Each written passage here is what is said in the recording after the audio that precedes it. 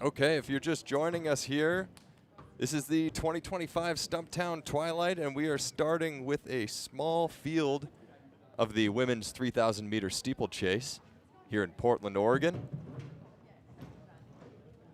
Gun is up.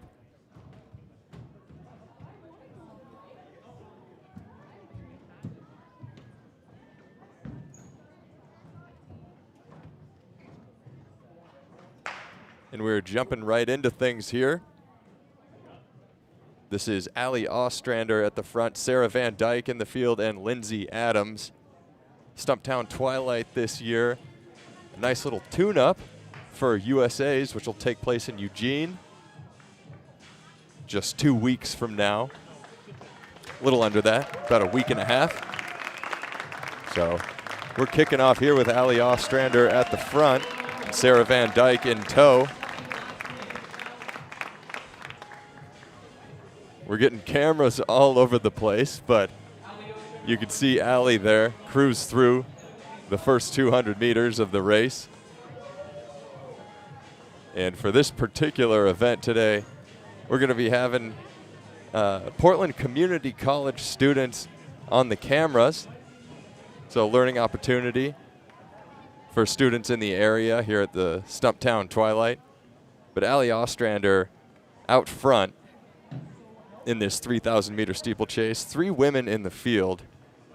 And Allie, no stranger to this track. She's run steeplechases before. In 2021, she ran on this track. Actually, at the Portland Track Festival last year, she won the event in 9:24, but that was at Mount Hood Community College. And there's a first time over the barrier as she's getting some distance on the field. Sarah Van Dyke behind her. Here comes Allie down the straightaway. And I'll let you know that the U.S. standard for this event is 9:41, the world standard 9:18. Last year, Allie at the Olympic trials ran 9:21. She placed 7th there. So you can see she's about on 75-second lap pace there.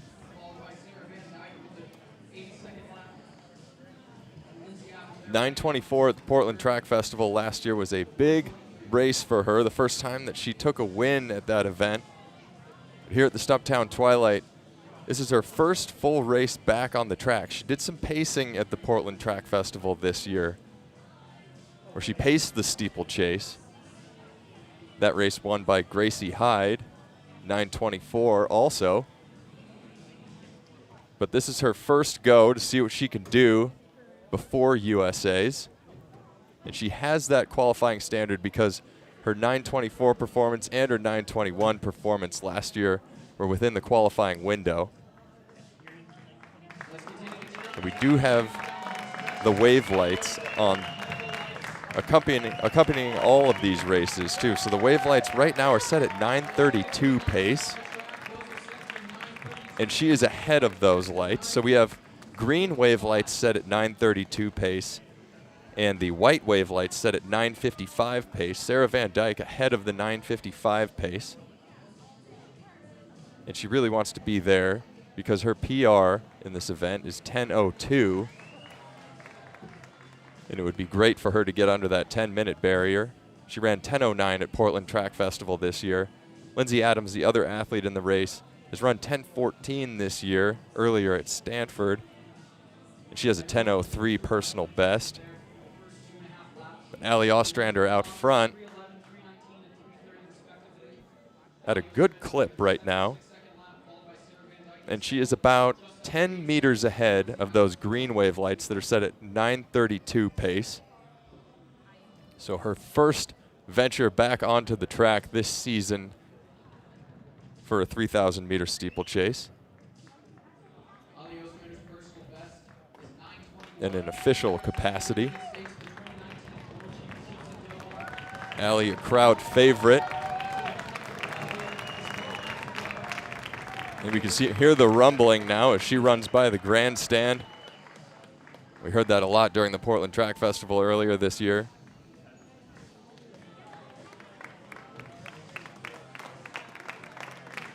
That was a 76-second lap for Allie. And she has 4 laps remaining. She's run 75, 76, 76.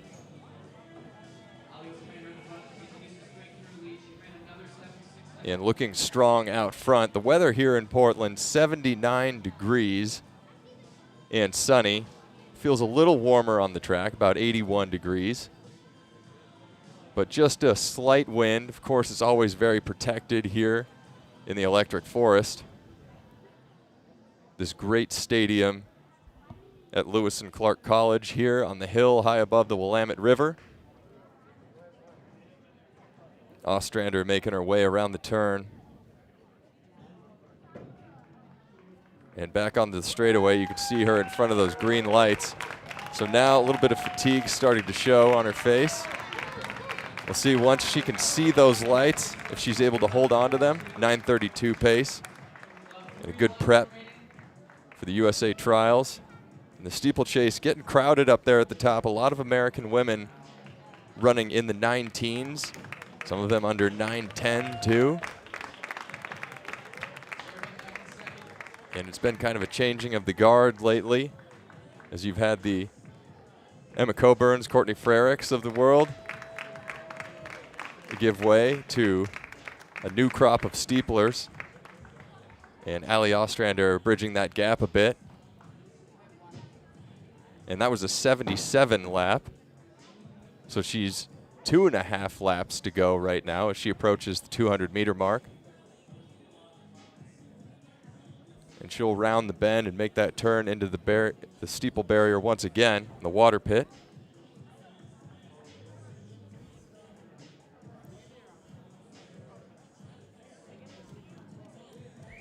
Clear through the water pit. Sarah Van Dyke running 80, 79, 81, and 82.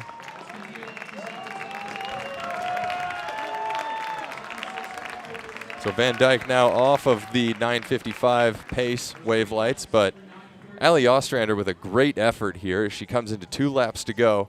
Inside 800 meters remaining over that barrier and keeping the green lights on her side.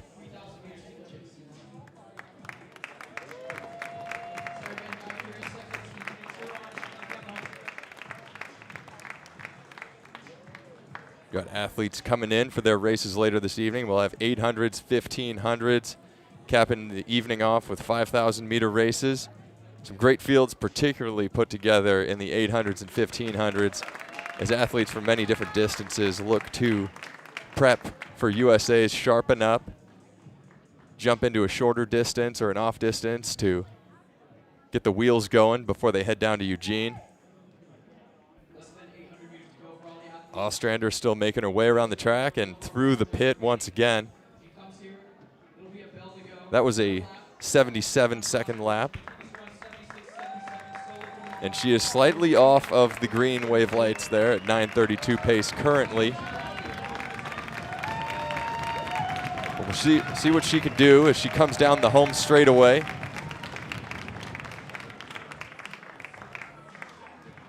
And now there's 1 lap remaining as the bell is rung. Less than 400 meters to go for Ostrander. And back on the track once again.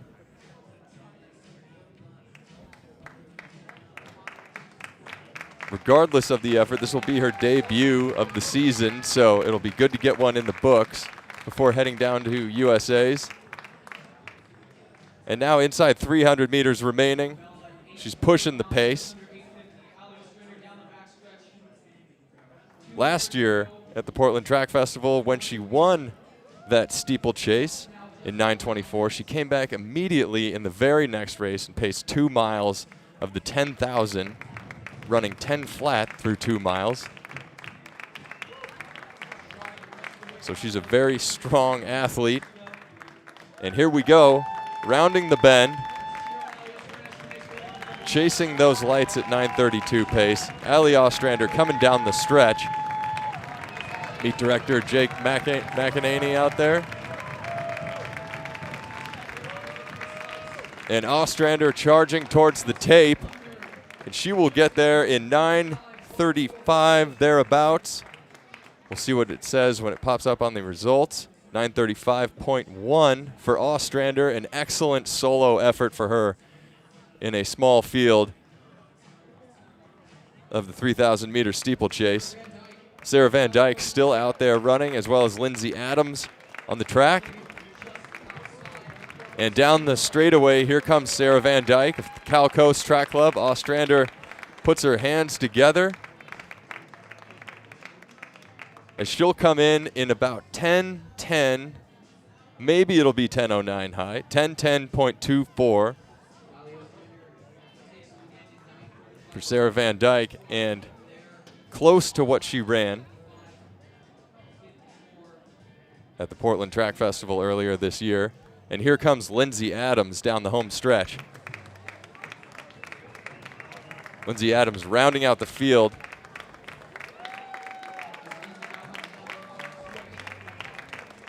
Driving down the straightaway, as there you see Allie Ostrander off in the distance, clapping for her, bringing her home. She knows what it's like to run a solo effort here in the steeplechase. These athletes, 3 of them on the track, but each of them running very much their own race in that heat. 9:35 for Allie Ostrander. A great debut for the season, especially in the conditions of that race, running solo and giving herself a good effort before USA's. There, a nice hug to the competitors. Lindsay Adams.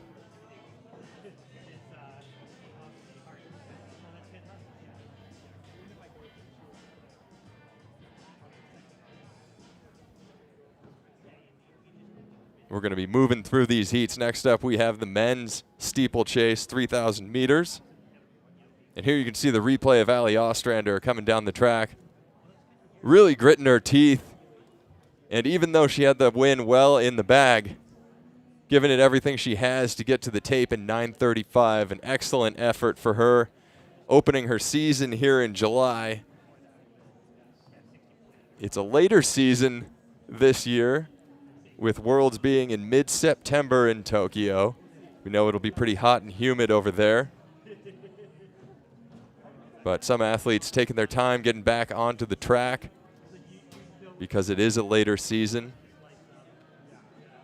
Worlds usually sometime in early August, late July. But now all the way in the fall, pushing their way into football season. We have the men's steeplechase up next. 3 athletes in that field as well. So the steeplechase races, smaller fields here, but an opportunity nonetheless to get a good effort in before USA's or the other national championships for international athletes who are stepping to the line here at Griswold Stadium.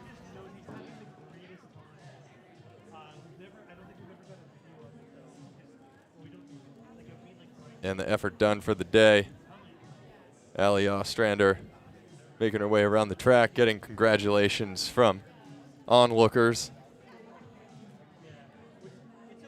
And looking down on the scene here at Griswold Stadium, it's a who's who of some of America's top athletes warming up, shaking out, getting ready for 800, 1,500, 5,000 meter races that follow the steeplechase.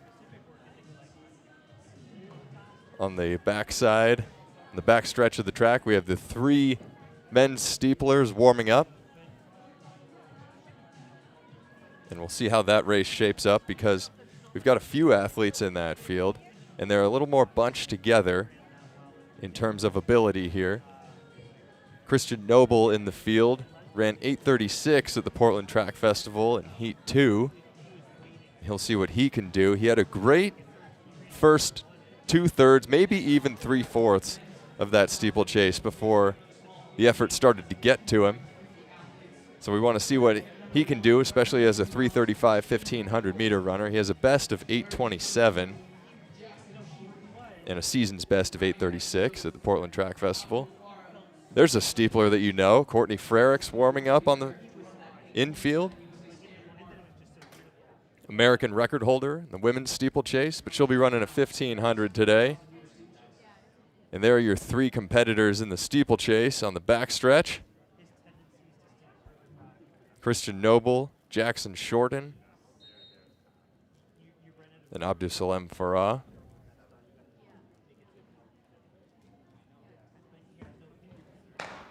Pete Castro calls into the line, and they're off and running. A three-man race. They jump right into line again. Single file as Noble is out in front, and Jackson Shorten and Abdul Salem behind them.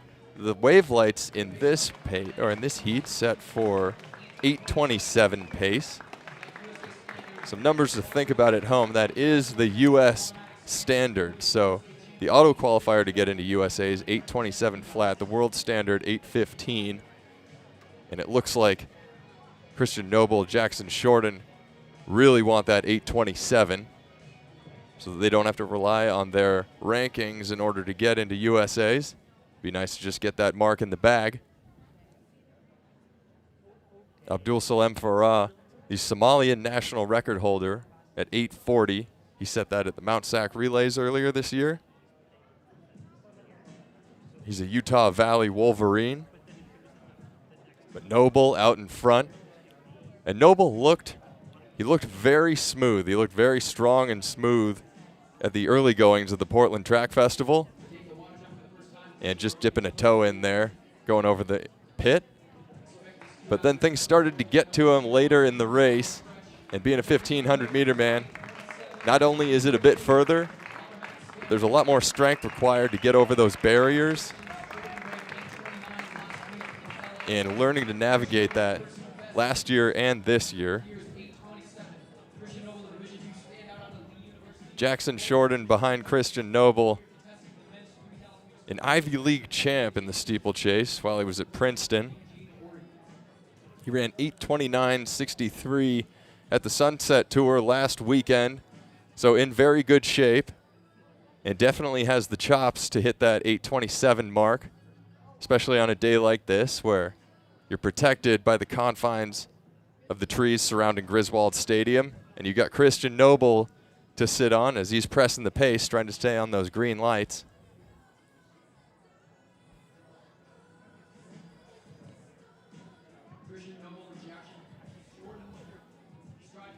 And they're running about 68-second pace here. You can see the lights right to their left on the inside of the track. And now there's been a lead change. Jackson Shorten going to the front, leading Christian Noble a little bit.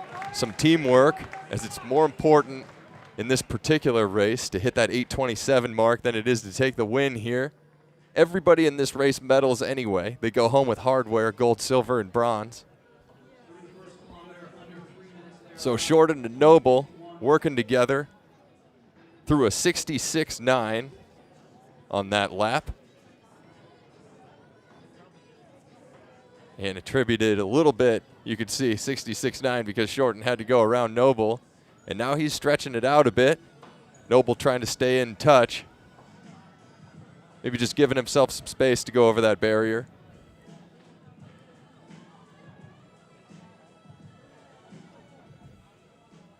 But we saw earlier this year here in this facility in the Portland Track, or at the Portland Track Festival, Isaac Updike running 8:13.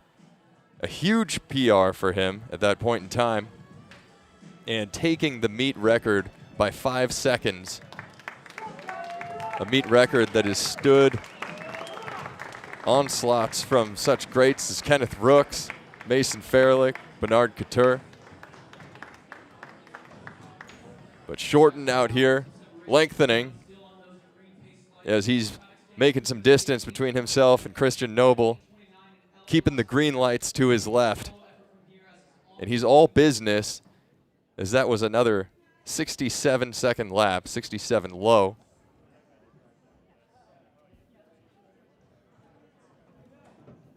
And looking smooth down the backstretch and strong. He's got a lot of distance between himself and Christian Noble now. Shorten really pressing here, but doing it within himself at this point. Not looking like he's spreading himself too thin. A good jump over the water pit. It's clean.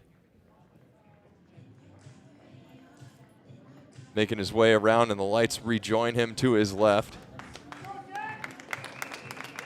As we said, last week he set a personal best of 8:29, so looking to set another one here in this solo effort. And he's got 3 laps remaining as he hits the line.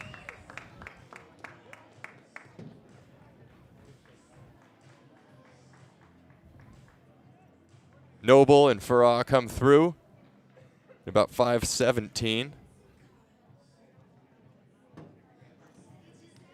So that was another 67 low for Shorten. That's exactly what he needs.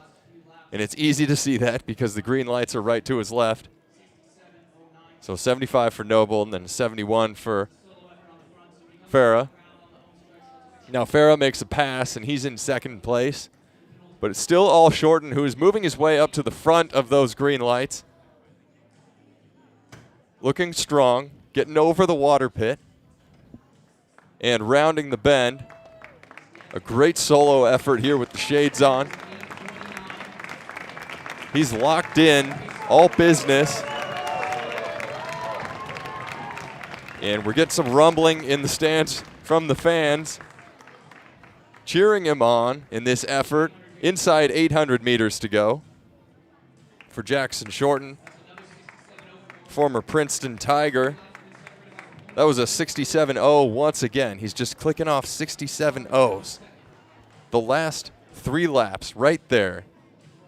The one before that, 66.95. So every one of his last laps has been inside 0.15 of each other. Excellent pace setting here. And with inside 600 meters to go, we'll see what he can do as he gets to the last lap, but over the barrier once again, through the pit, and still looking very strong. And this is an outstanding effort here. It is tough to get out there and race in a solo capacity like this. 3 men on the track, and Jackson Shorten is doing everything he can to try and get this 8:27 and get his auto cue to USA's. So now we hear the bell. He hits the line. Inside 400 meters to go for Jackson Shorten. And we'll see what he has to give here. Can he get a 66 and lock this up? That was another 67-0. So right what he wanted, and he set himself up well, all building towards this last lap. And what can he do over this last lap? The lights are right to his left still, over cleanly on the backstretch. And it is a race between him and the wave light at this point.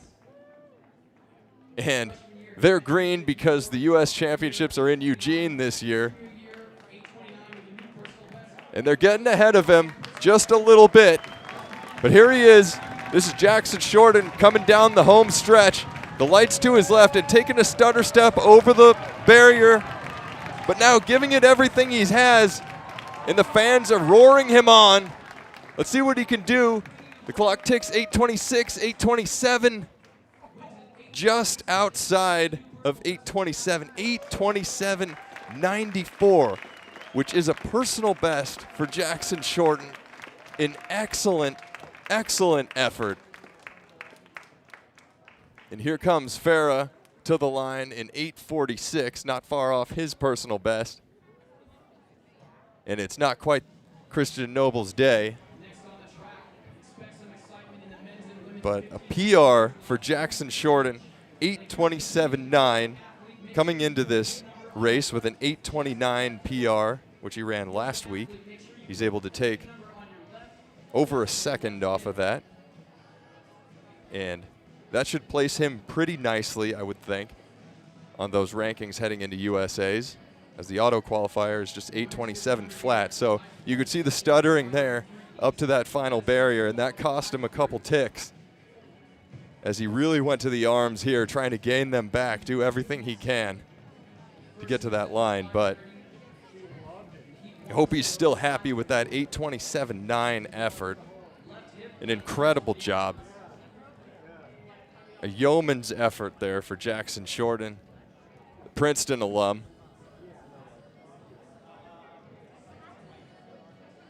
And he'll give a fist bump there to the in-stadium announcer, David Ribich.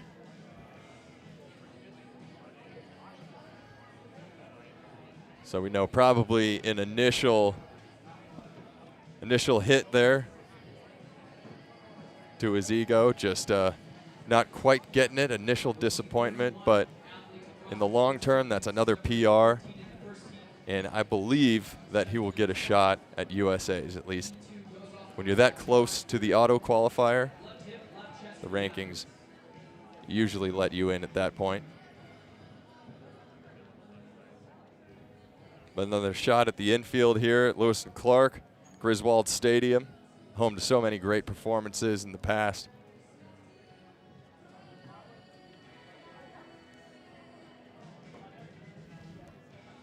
Great performances at Portland Track Festival and the Stumptown Twilight.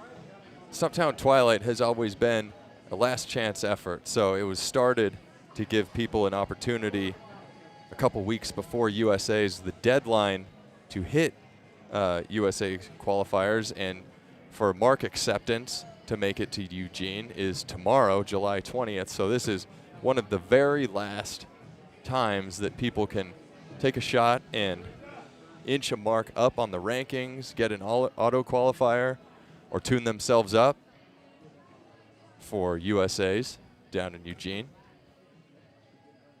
We see here this is the women's 1,500 meters lining up. First heat of that 1,500 meters.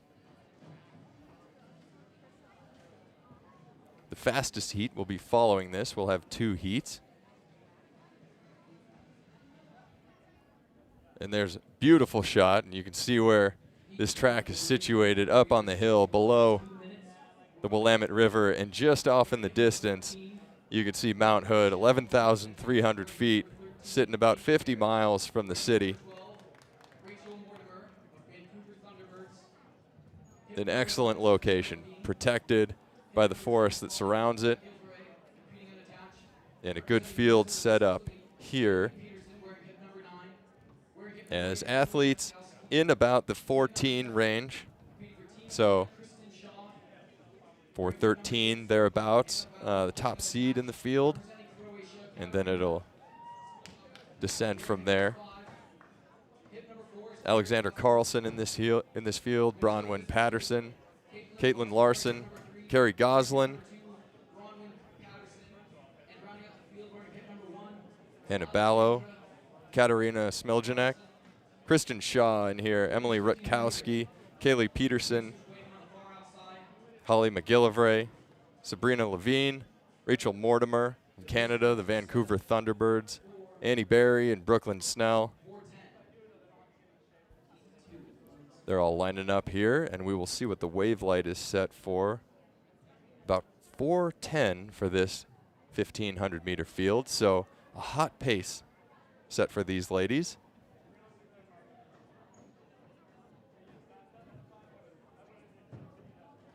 And Izzy Thornton-Bott is your pacer on the outside, wearing the purple top.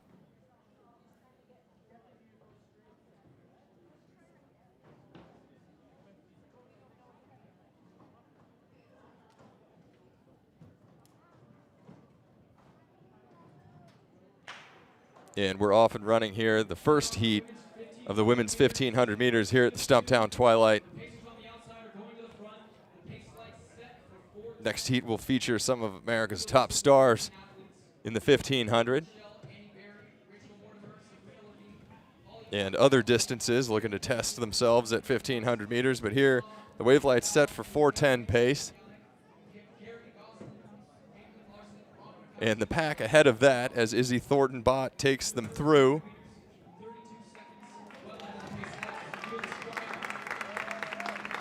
Field is strung out behind Thornton-Bott. That is Alexandra Carlson, a 4:14 runner, wearing the NAU top in that first racing position. They'll come through in 48.4 for 300 meters. Pack of 5 athletes behind Thornton Bott. Kaylee Peterson in there of the Minnesota Distance Elite. Katarina Smiljanek, the Croatian athlete, in there as well. Holly McGillivray, Canadian athlete, and Carrie Goslin. And they are staying close in touch with Thornton Bott, who is setting a good pace ahead of the Wavelights, ahead of 4:10 pace at the moment. But making their way around the track.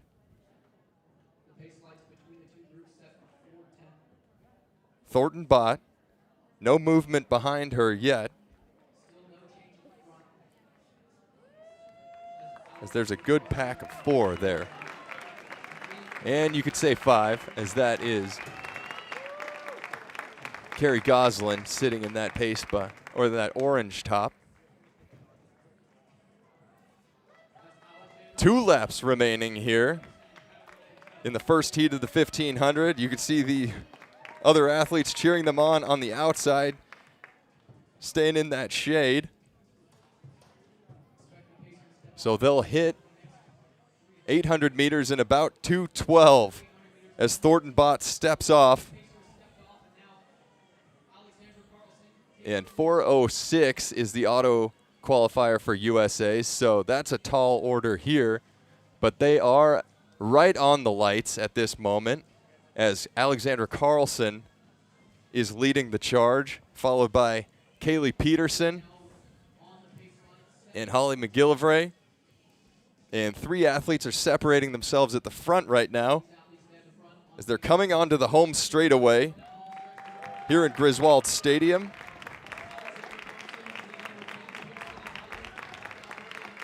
And Carlson looking strong heading into this final lap, getting herself some distance as the bell's rung. About 3:03 on the clock. That was a 67-second lap. 68 seconds for Peterson. So Carlson really driving right now. Getting to 1,200 meters in about 3:19 thereabouts. Just over 66 pace. Carlson gaining distance right now. She's got about 15 meters on second place. It's held by Kaylee Peterson at the moment. Inside 200 meters to go. Carlson's best is a 4:14. That's what we see on the sheet here. So the lumberjack comes down onto the straightaway here in the forest in front of this old wooden grandstand. But don't forget about Kaylee Peterson storming down the straightaway. Can she catch Carlson? It's Carlson and Peterson. Carlson still holding the lead, and she'll get there in about 4:10, and Kaylee Peterson will follow her closely. 4:10.49 for Alexandra Carlson. Kaylee Peterson 4:10.8. McGillivray 4:13. Smiljanek 4:16. Goslin 4:18. You can see all the results populating on the screen, and Carlson, that heroic effort to hold on there. She led the whole way ever since Thornton Bott stepped off and was rewarded with what we believe is a nearly 4-second PR. And Peterson also 4:10, says her best was 4:13. So a great run from Peterson as well. And McGillivray 4:13 to round out that top 3. So here we can see the final straightaway in this battle between Carlson and Peterson. Carlson holding it together, and Peterson doing everything she can to catch up, but not enough track as Carlson is able to time it right and hang on. And both athletes rewarded with a 4:10. And that is just the first heat of the women's 1500.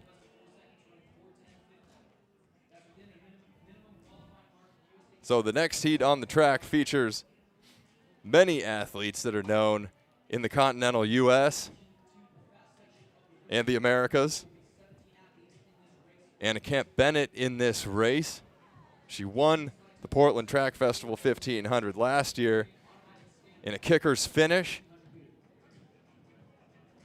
Amaris Tenisma of Under Armour Dark Sky Distance in the field as well. She's been on a 5K streak lately. She PR'd at the Portland Track Festival running 15:11 and then lowered it to, I believe, 15:06 at the Sunset Tour. Now stepping down in distance and testing out the speed. Carissa Schweitzer in this field as well, and she knows this track. She's run 4 flat on this track at 1,500 meters. She is the meet record holder for the Portland Track Festival. 4 flat, also the meet record for the Stumptown Twilight, set by Sinclair Johnson, who set the American record today in the mile, running 4:16 over in London. Pride of Portland, we're all proud of her for doing that. You can see Sadie Engelhart in the field as well. Fresh off a 4:08.87 at the Sunset Tour, which is just 1/100th off her best, which she ran last year, Portland Track Festival. Courtney Frericks in here, the Steeplechase American record holder. Silan Ayildiz, Oregon athlete. You can see there in the green, 4:05, 1,500 meter runner. Ella Donahue in here. Born and raised in Portland, Oregon. Went to Grant High School. 14:50, 5,000 meter athlete. And Kaylee Mitchell in the field, Angel Picarillo. So a great field assembled here. Regan Yee, our Canadian steeplechase Olympian. And Gracie Morris on the outside, who will pace this race. Sadie Sargent in here, having a great season with Nike Swoosh TC, coached by Diljit Taylor out in Utah. She comes in here with a 4:08, 1,500 meter best. Lorena Rangel Batres from Mexico ran 4:07.8 last week in Memphis in that humidity. But a good view of the lineup we have: Regan Yee, Batres, Sadie Sargent, Tenisma, Anna Camp Bennett. Carissa Schweitzer was on the inside. Schweitzer coming off of a 14:54 performance at the Sunset Tour in the 5,000 meters down in LA. Earlier this season, she ran 4:06, the 1,500 at the Oregon Twilight. But introductions being made for the field in stadium now as women get their instructions from longtime official Bruce Davis. Abby Goldstein, Melissa Tanaka in the field as well. Annika Rice, another dark sky distance athlete out of Flagstaff. So a big field. And this field has a lot of potential to produce some fireworks with the talent assembled on the line. We will see if they choose to go with the pacer. I don't doubt that they will.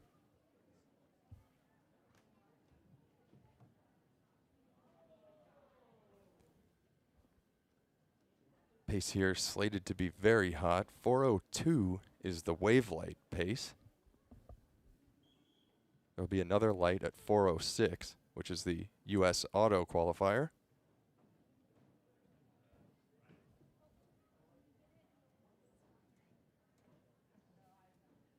.401.5, the World Auto qualifier. And here we go. Women are off and running. Big field. Stumptown Twilight as Gracie Morris makes her way to the front and has to get in ahead of this pack of women.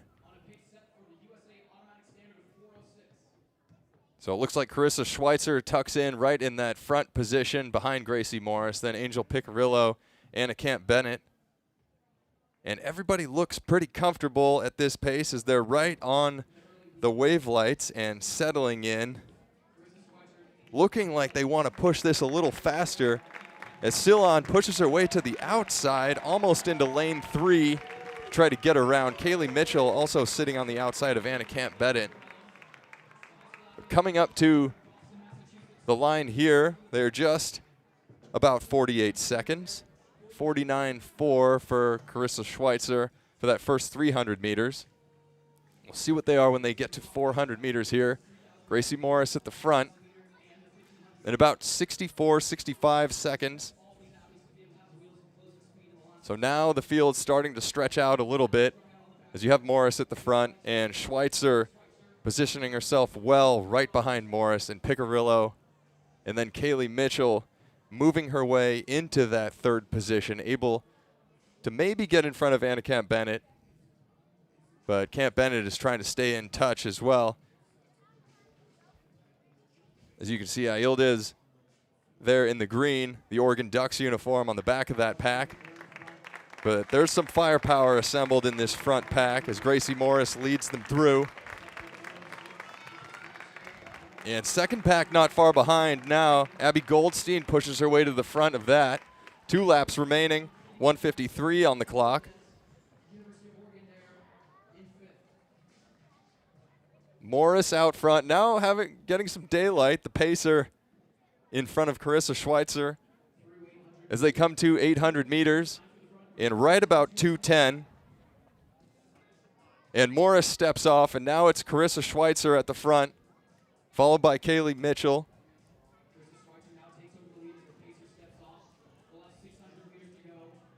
And Angel Picarillo. But Ayildez moving her way up, getting into that third position. Schweitzer making her bid for home now. A strength athlete, 5,000 meter, 10,000 meter runner. But has speed, has run 4 flat. So a very good 1,500 meter in her own right. But now she's getting a challenge from Ayildez in second position. This is Schweitzer, Ayildez, and the rest of the pack. 1 lap to go, right at 3 flat on the clock.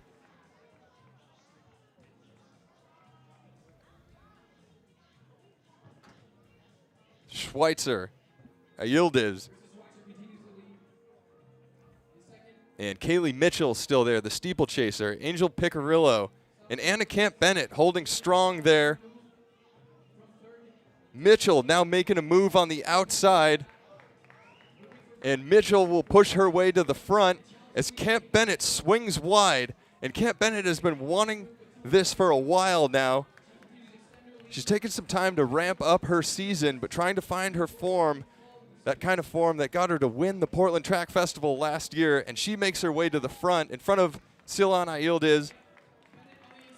And Camp-Bennett now pushing her way down the home stretch.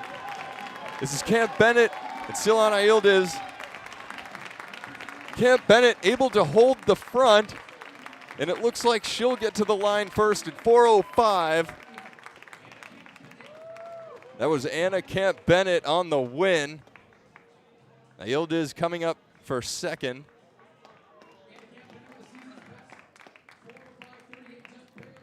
In 4:05.38. So that is a season best for Camp-Bennett, who ran 4:06.81 at the Sunset Tour last weekend. Not far off her personal best, 4:04.99, which she ran at the Ed Murphy Classic in Memphis last year. You can see the results populate on the screen. Good runs down the line. 4:05 for Ayildez. And here's the final stretch, the battle between red and green, as Camp-Bennett able to hold on and finish strong here, breaking the tape, 4:05. And the pack rolls through behind her. Season best for the first 3. Kaylee Mitchell with a PR, 4:06.39 to claim third place. Schweitzer holds on for fourth there at 4:07.0. And then Picarillo 407.11. Ella Donahue close to her PR too. Portland native 407.5. Her best is 406.98. And Sargent continues her good season with a 407.74, bettering her best. And Sadie Engelhardt, excuse me, able to take a full second off of her PR, running 407.78. She ran 408.8 last week, so a great run for her.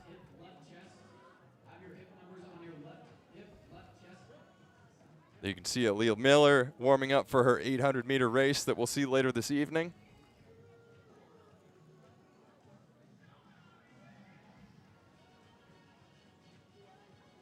And the men's 1,500-meter athletes getting ready to step to the line now.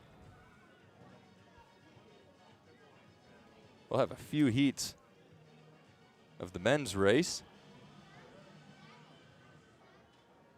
And each of them promise to be great races here.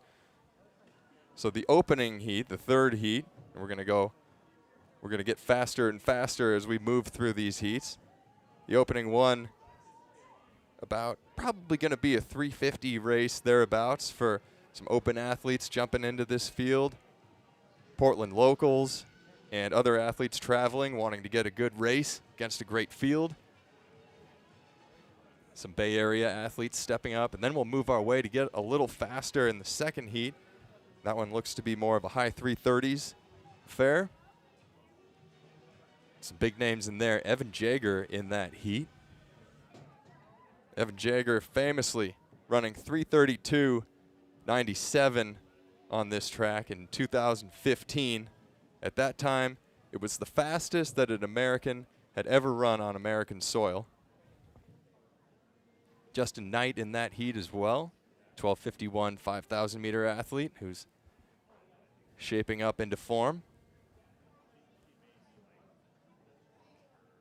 Then the top heat. And now I'm on the screen. Hello, everybody. There's a drone outside the window. Thanks for tuning in. Yeah, the top heat of the men's 1,500 features some great names. Parker Wolf in that race, opening up. That'll be paced by his teammate Ethan Strand. So they've got something special in store every time those two guys hit the track. They're doing something amazing, whether it's 7:30, 3:50. Wolf with that 13:10 5K best as well. But this is the first heat here, the 1,500. And David Ribbich just announcing to the crowd, recognizing Sinclair Johnson's American record in the mile, to a round of applause. Portland feeling a little ownership of that record, as Sinclair Johnson lives and trains here. Earlier this year, she won the 1,500 at PTF 401, opening up her season. But we got some local athletes on the lines, Bowerman Track Club athletes, some Timberline Athletics Club athletes. We've got Max Randolph down there, Emily Infeld's husband. He's wearing the shades, not the bright yellow ones, but darker shades. I'm told that there will be a special wave light for Max at 4 flat. He's trying to do a little breaking 4 of his own. And our meet director, Jake McEnany, is calling that the Max Crush milestone wave light.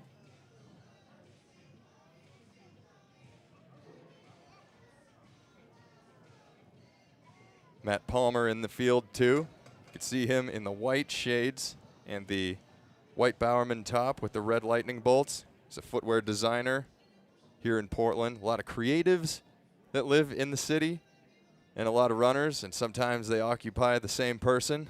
That's definitely the case for Matt.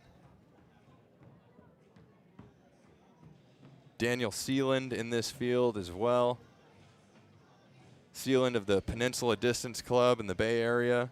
He was instrumental in getting the San Francisco team on the line against Seattle and Portland in the Portland versus Seattle Cascadia Axe 3K this year, Portland Track Festival. Athletes coming to the line now. Here we go. We'll see what this is. Maybe they can get to 350. I think with the looks of this field, that would be a good goal for them, but we'll see what the wave light is set for. 346 at the front, and you can see Cole Hoff on the screen, Bowerman Track Club elite athlete, and he's pacing them. So we do have a pacer for this, but front wave light set for 346, and we've got that light for Max at 4 flat.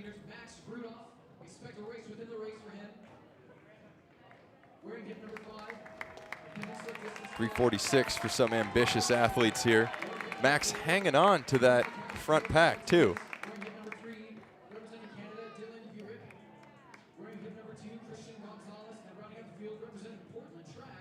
Cole Hoff, the pacer, former Duke athlete, Portland local now. And the field is spotting him some space as he leads him through, and maybe about 61 thereabouts.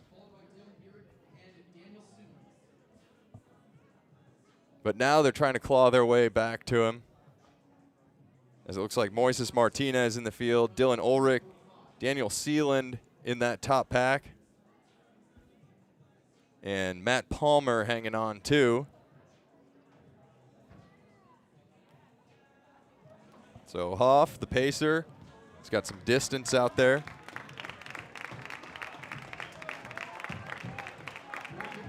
Ulrich, Martinez,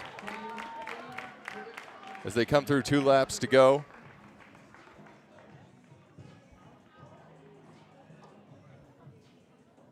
And Sealand trying to hang on, a 60.5 for Hoff and Ulrich. Martinez behind him, Daniel Sealand, tall athlete in 3rd. And now making a pass around Matt Palmer, that's Lucky Schreiner. So Ulrich on the screen, Moises Martinez as Cole Hoff stepped off. And the green lights are in front of him, that 346 pace. Ulrich, a Canadian athlete. Charging at the front, he's a Vancouver Thunderbird. They know this facility well, coming down to compete in Portland quite a bit over the years. Storied program from up north. And here's Ulrich coming up. 1 lap to go. He hits the bell in about 2:48. We'll see what he can give as Martinez is still giving chase. And Lucky Schreiner, Daniel Sealand, Palmer's there. And Max Randolph ahead by quite a bit of the white lights right now. He trains with Emily Infeld, his wife here in the city. So we know he's in good shape because sometimes he can get her in a workout, but I hear more often than not, she dusts him quite a bit on the track. But here's Dylan Ulrich storming around the turn, trying to chase these green lights, as Lucky Schreiner has moved into 2nd place, trying to chase him. But Ulrich's got a good gap, and he's looking very strong here. So is Schreiner, but I don't know if Schreiner has enough to catch him, because you can't see him on the screen right now. But Ulrich coming to the line in 3:48 for the win. And there's Schreiner. And Daniel Sealand coming in 3rd. And there's Max. He made it. It looks like 3:57 possibly. 3:48 for Ulrich. Lucky Schreiner 3:49. Sealand 3:52. There we go. Max Randolph, ladies and gentlemen, 3:57.4. Pardon me, Moises Martinez and Matt Palmer, I just jumped right over you, because that's exactly what Max Randolph wanted right there, a sub-4, and he's able to deliver that. There's your winner, Ulrich, and we'll see this replay of him coming down the straightaway. Fist pumping high for Canada here in the Electric Forest. Ulrich takes the win. Lucky Schreiner with a PR, it looks like, 3:49.8.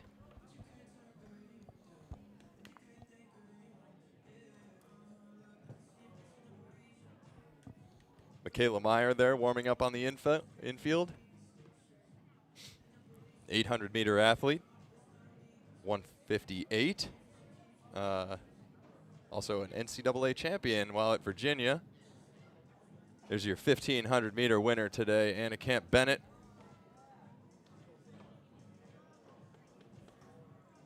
We're going to move our way to the next heat of the men's 1,500 meters, stepping to the line. And we're going to get progressively faster here. That's how we do it in Portland. But Justin Knight warming up down the back stretch. And Evan Jager, I recognize that stride anywhere. And the flow. I recognize that as well. There it is. He's been training out in Scandinavia this year. Moved out there. But back for USA's. He's run 8:25 in the steeple this year. One of the greatest of all time. That's indisputable in American steepling. American record holder still.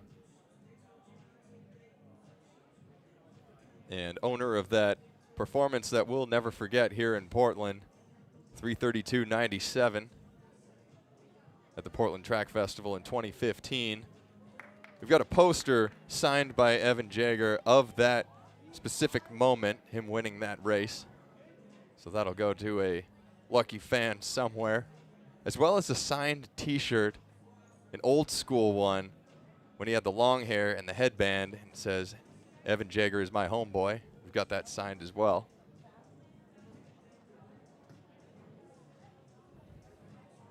World famous Anderson Bobo on the screen, making sure he gets the shots.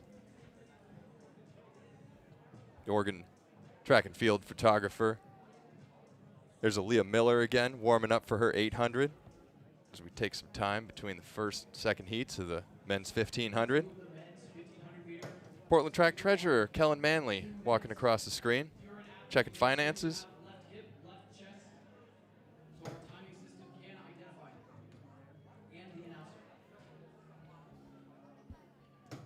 And a great shot here overhead of the track here at Griswold Stadium, situated perfectly on this outcropping on the hill in the little grove that produces some of the best racing on the continent.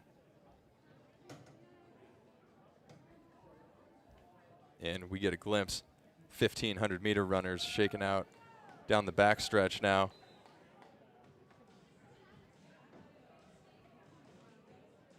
And there's Max. You can see him flexing after that 3:57. 3:57, 1,500. No one can ever take that away from him now. He's a 3:57 man. Here we go. You can see Evan on the line. You can see Justin Knight, 12:51, 5,000-meter runner, Canadian, rounding into form. He ran a nice 5K here in Portland last month. Jackson Messler, steepler, he was taken out in a brutal accident in the steeplechase at the Portland Track Festival that left Mick Stanovsek in the hospital. But thinking about you, Mick. Hopefully recovery's going well.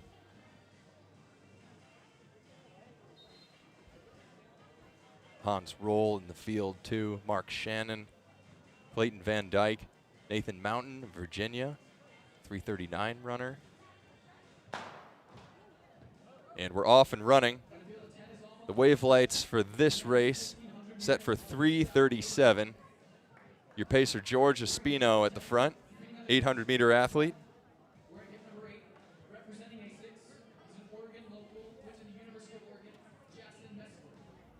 So this is a field of 5,000-meter runners, of steeplers, tuning up for USA's. That'll take place down in Eugene in about a week and a half. We'll kick it off.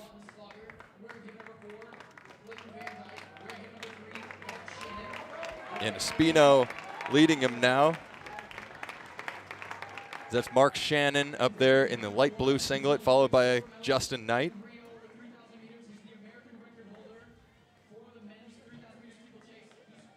And it's a good pace so far. When you're on the blues in the wave light, it means you're slightly ahead of pace. Spino coming to the 400 meters in about 57. Mark Shannon behind him. Justin Knight, Jackson Messler up there. Evan Jager hanging on to the back of that pack.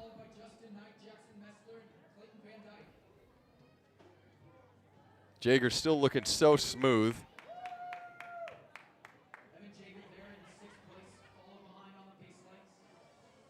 And Spino staying ahead of those lights, doing his job. Mark Shannon, the first racer there. Justin Knight holding on to him as much as possible at this moment. And Messler in third place. Some Eugene royalty, the Messler family down there. Inside 2 laps to go. Espino out front pacing. And that was a 58.6 attributed to Shannon. So coming up to 800 meters. We're about 156 high, 157 for Mark Shannon. And Justin Knight is right up there as well. Justin Knight jumping in after his 342 thereabouts, 1,500 to open the season at the Oregon Twilight earlier this year. So we'll see what he can do to better that. But he's on pace right now, and he's right on Mark Shannon's heels. So we could see something special from him, indicative of what he can do for the 5,000 meters during this championship season. And Jager's still holding on to that pack behind Messler. And they're on the bell right now, 2:42 on the clock with a lap to go. Mark Shannon at the front. Travis Martin in the pack as well. 59.8 for that as the pace lagged a little bit, but here we go. Justin Knight didn't like that. He wants to take the front with 300 meters to go. And Travis Martin wants to go up front too. We'll see if he can go around or if he's going to tuck behind Knight. It's Knight and Martin. Mark Shannon still in there. Evan Jager lurking in the back. Clayton Van Dyke in the pack as well. Look out for him. He's making a move around Shannon. And here we go. It's all out down the home stretch. Knight at the front. Justin Knight and Clayton Van Dyke coming up into second. Can Justin Knight hang on? He looks very smooth and composed as he heads to the line, and he'll get there in 3:40, easing up as he shuts it down. 3:40.49. Taking the win. Looked like he could have gone 3:39 or possibly faster, but he got the win looking smooth. Clayton Van Dyke, 3:41.1. Messler, 3:41. That's a PR for him. Travis Martin, 3:41. Jager, 3:41 also in that blanket second place finish. And Shannon able to hold on in 3:42. So congrats all around here. Jager and Knight embracing. And here we can see again just how smooth and controlled Justin Knight looks down the home straightaway. And we're backing it up again. We want to see a bit more of that.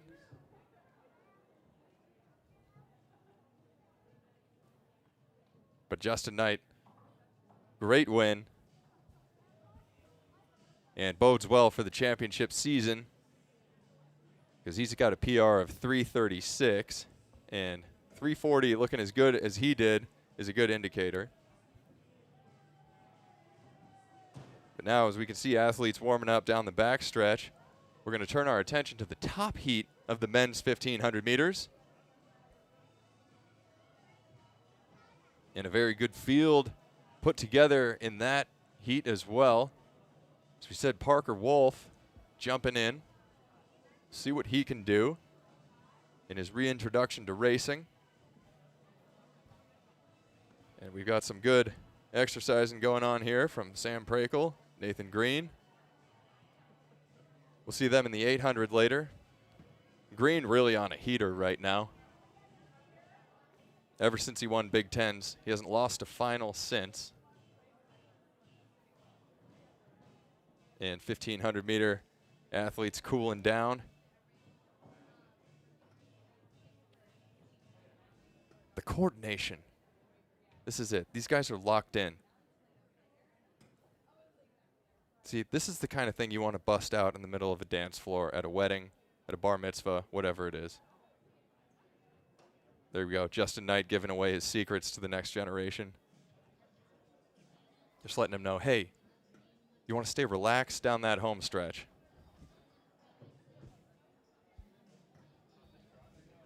Everything within you is going to tell you to tense up and flex. You want to stay relaxed and smooth. And focus on your rhythm and your coordination with your buddies. That's right. We're actually doing a commercial right now. I don't know what they're filming out there, but be sure to check the next Super Bowl halftime show.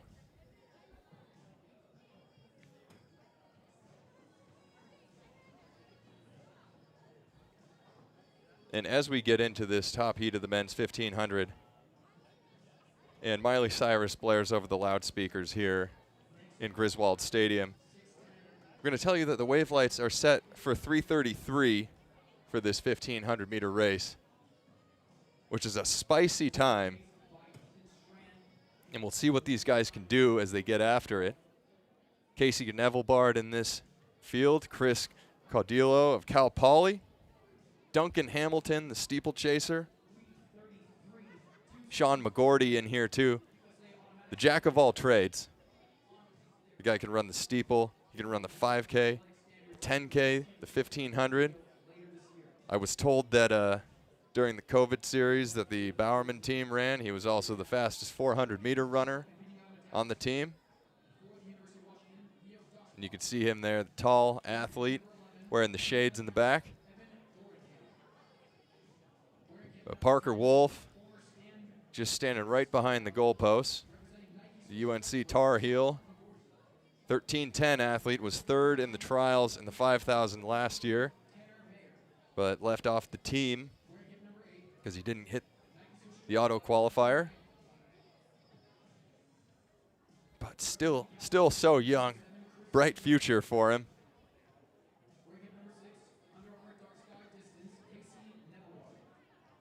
Austin Dahlquist in this field. Charlie O'Donovan, the Irish athlete as well, a 3:36 runner. Benjamin Allen, 3:37 guy from the Empire Elite, coming out here from New York to race.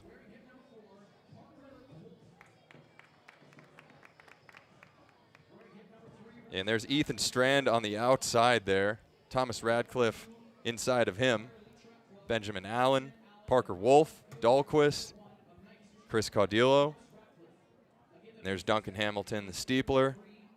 Tanner Meyer, Minnesota Distance Elite. McGordy, Evan Dorenkamp, Leo Doschbach, the Husky on the inside. Ethan Strand jumping in to pace this thing following his 3:48 international mile win at the Pre-Classic.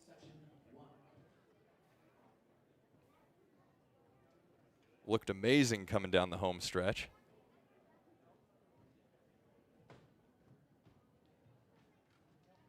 But doing a solid for his teammate Parker Wolf and the other men in the field here.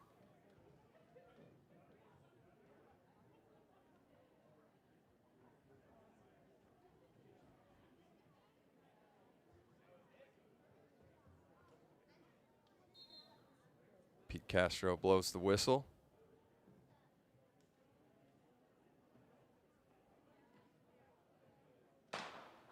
And doesn't hold him for long. Here we go. Ethan Strand's going to make his way to the front. We know he's plenty fit to pace these guys after running 3:48. And Parker Wolf will go straight to the front right behind him. Wave light set for 3:33 pace. So the Tar Heels, 1-2 right now, Strand and Wolf. And then Allen behind them, Thomas Radcliffe in the Nike kit behind them. And Duncan Hamilton making his way on the outside to jump up into the front part of that pack. Chris Caudillo on the inside of him wearing the green. And Strand looking effortless at the front as they come through in about 42 through 300 meters. You shouldn't look that easy at 42 for 300 meters, but it's nice when you do. Through 400 and about 56 high. And Wolf tucked into that top racing position as the pack is stretched out single file, but everybody's still in touch. And these guys want to run fast. We'll see what happens during the third lap and just how long Ethan Strand wants to hang on and push the pace here. But I imagine he wants to get a good workout as well, because it's a nice window between now and USA's to get in an effort. And you got Strand, Wolf, Allen, Radcliffe, and Caudillo out front. Inside 2 laps to go, 140 on the clock. And that was a 57-1 for Wolf. And Allen right up there too. Look at this. These guys are single file, no breaks in it.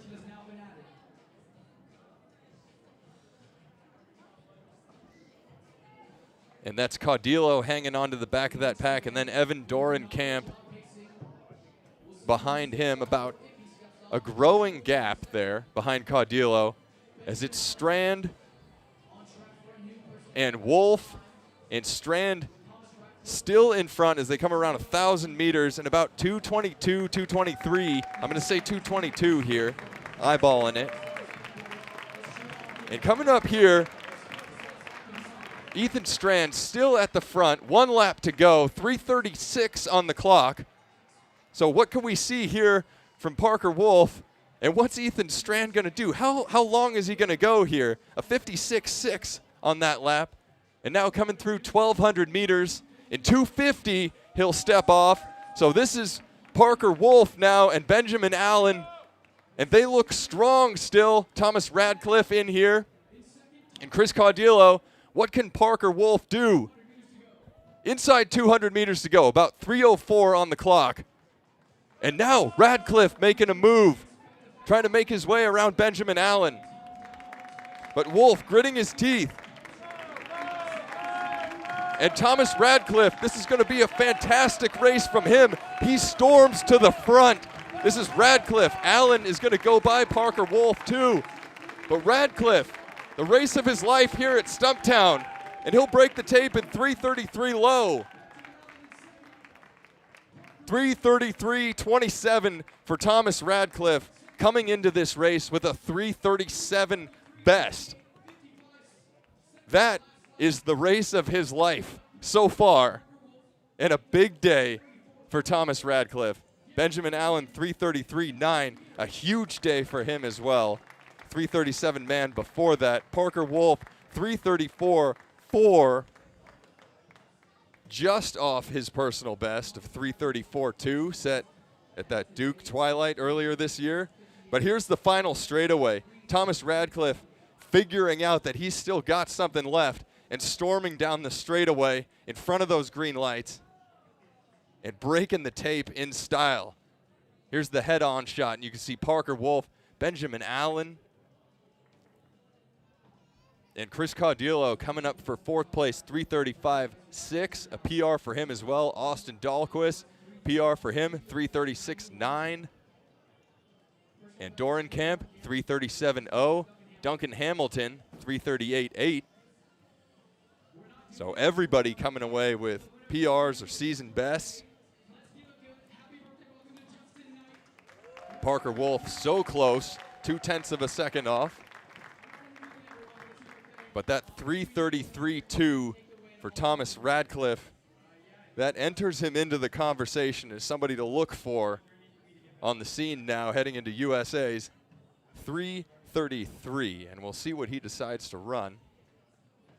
But Justin Knight getting an interview here from David Ribich after his nice-looking win in Heat 2 of the 1500. But how about that? 3:33.2. About 2 seconds shy of the meet record held by Josh Kerr. 2021, he came out and did that. At that time, 3:31 was the fastest ever run on American soil. When he ran that at Stumptown in 2021, he broke Sebastian Coe's American soil record. Not a bad name to take down. There's Ethan Strand. Paced that thing 250 at 1,200 meters, and we know that man is fit. after running 3:48 at Pre-Classic earlier this year. But really did these guys a service, because what can happen in these races, and you see it all too often, is the pacer steps off and people get a little skittish in that third lap. But Ethan Strand said, "Don't worry, boys, I'll take care of that third lap for you. You just stick on me." And they were really rewarded for that. So, 1,500 meters in the books. And the boys preparing for the 800 meters that'll come up shortly. We have the women's 800 meters on the track now. And some 1,500 meter athletes cooling down. 5K open athletes warming up here. Carrie Heineck. And there's Ella Donahue. Portland celebrity. Grant High School great. And kind of a party on the track. A low-key atmosphere with some blazing times.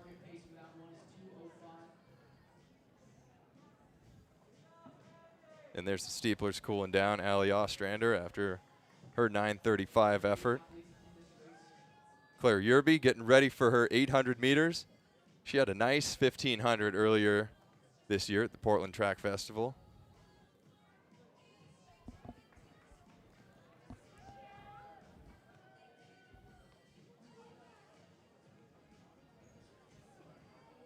We'll see what these 800 meters have in store.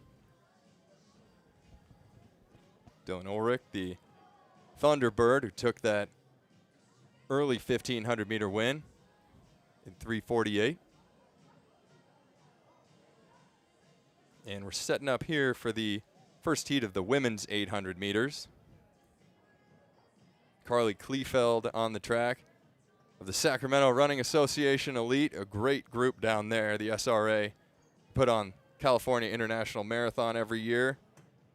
And this year and next, that'll play host to the U.S. Marathon Champs. And hundreds of athletes going in there trying to hit their qualifiers for Olympic trials. It's an amazing sight to see every year. Those packs rolling down Fair Oaks Boulevard. A beautiful sight. But we're going to go from talking about the marathon to the 800 meters. Annie Bowes on the track too. Videographer for Tracktown. Does a lot of great work. Teresa Perez, Megan Wagoner of the Bowerman Track Club and also Portland State coach. Cameron Weber, Bowerman Track Club athlete. And Alex Lomelli, OTC Elevation. Jen Randall, running for that Pacific Athletics group out of Corvallis, coached by Louis Quintana, Oregon State coach. Does a great job with the program down in Corvallis. Corvallis, some people call it Corvegas. Just depends on what you're looking for. Go Beavs.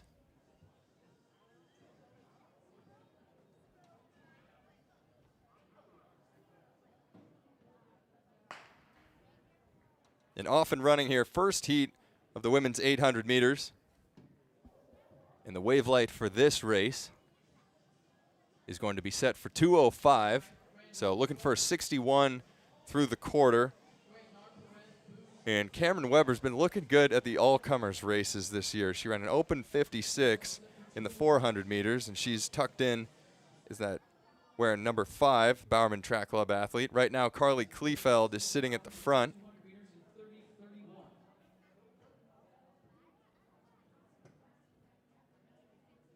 Kleefeld and Weber in that third position. Megan Wagoner in there as well. And Jen Randall here in second in the purple top. Great 1,500 meter runner. And Kleefeld and Randall, as this is becoming a slightly tactical affair, coming through in about 63 high, 64-1, attributed to Kleefeld at the front, as there's Randall and Wagoner and Weber bunched up And you rarely see this kind of pack form in an 800-meter race, but Jen Randall says, no, now it's time to step on the gas. And she starts storming down the backstretch. And Randall now, Kleefeld trying to stay in touch, and Wagoner in third. But Randall, inside 200 meters to go, and she's chasing down these lights. And she's going to get him. She's right on him now. Jen Randall of the Pacific Athletics Club, repping her team here in Griswold Stadium. Here comes Jen Randall with a full head of steam down the home stretch. And the fans are letting her know it as she guts it out, and she'll come to the line in about 2:05, taking the win for the first heat. 2:05.67, closing in 61.4. So a championship-style 800 meters there for Jen Randall. Going out in 64.2, closing in 61.4. Carly Kleefeld, 2:07.17, coming up for second. And then Cameron Weber, 2:09. There's Annie Bose, 2:11 for her. So Jen Randall, that's a nice way to run it there. 64 opener, 61 close. Stepping on the gas with 300 meters to go and making herself known.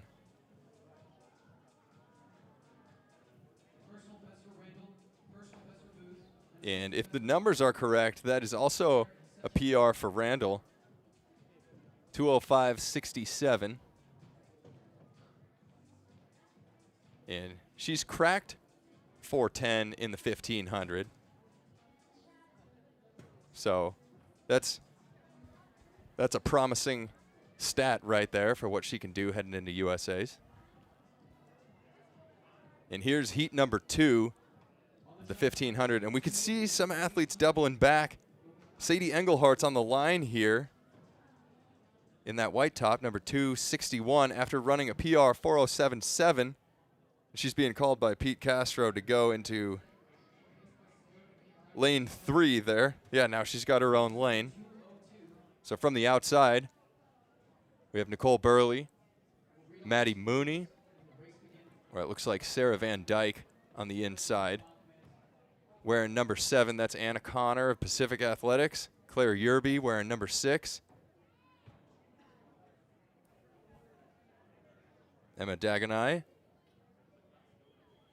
Claire, yeah, on the inside. Mallory Lindemann, excuse me, inside of her. And Engelhart moved to lane 3.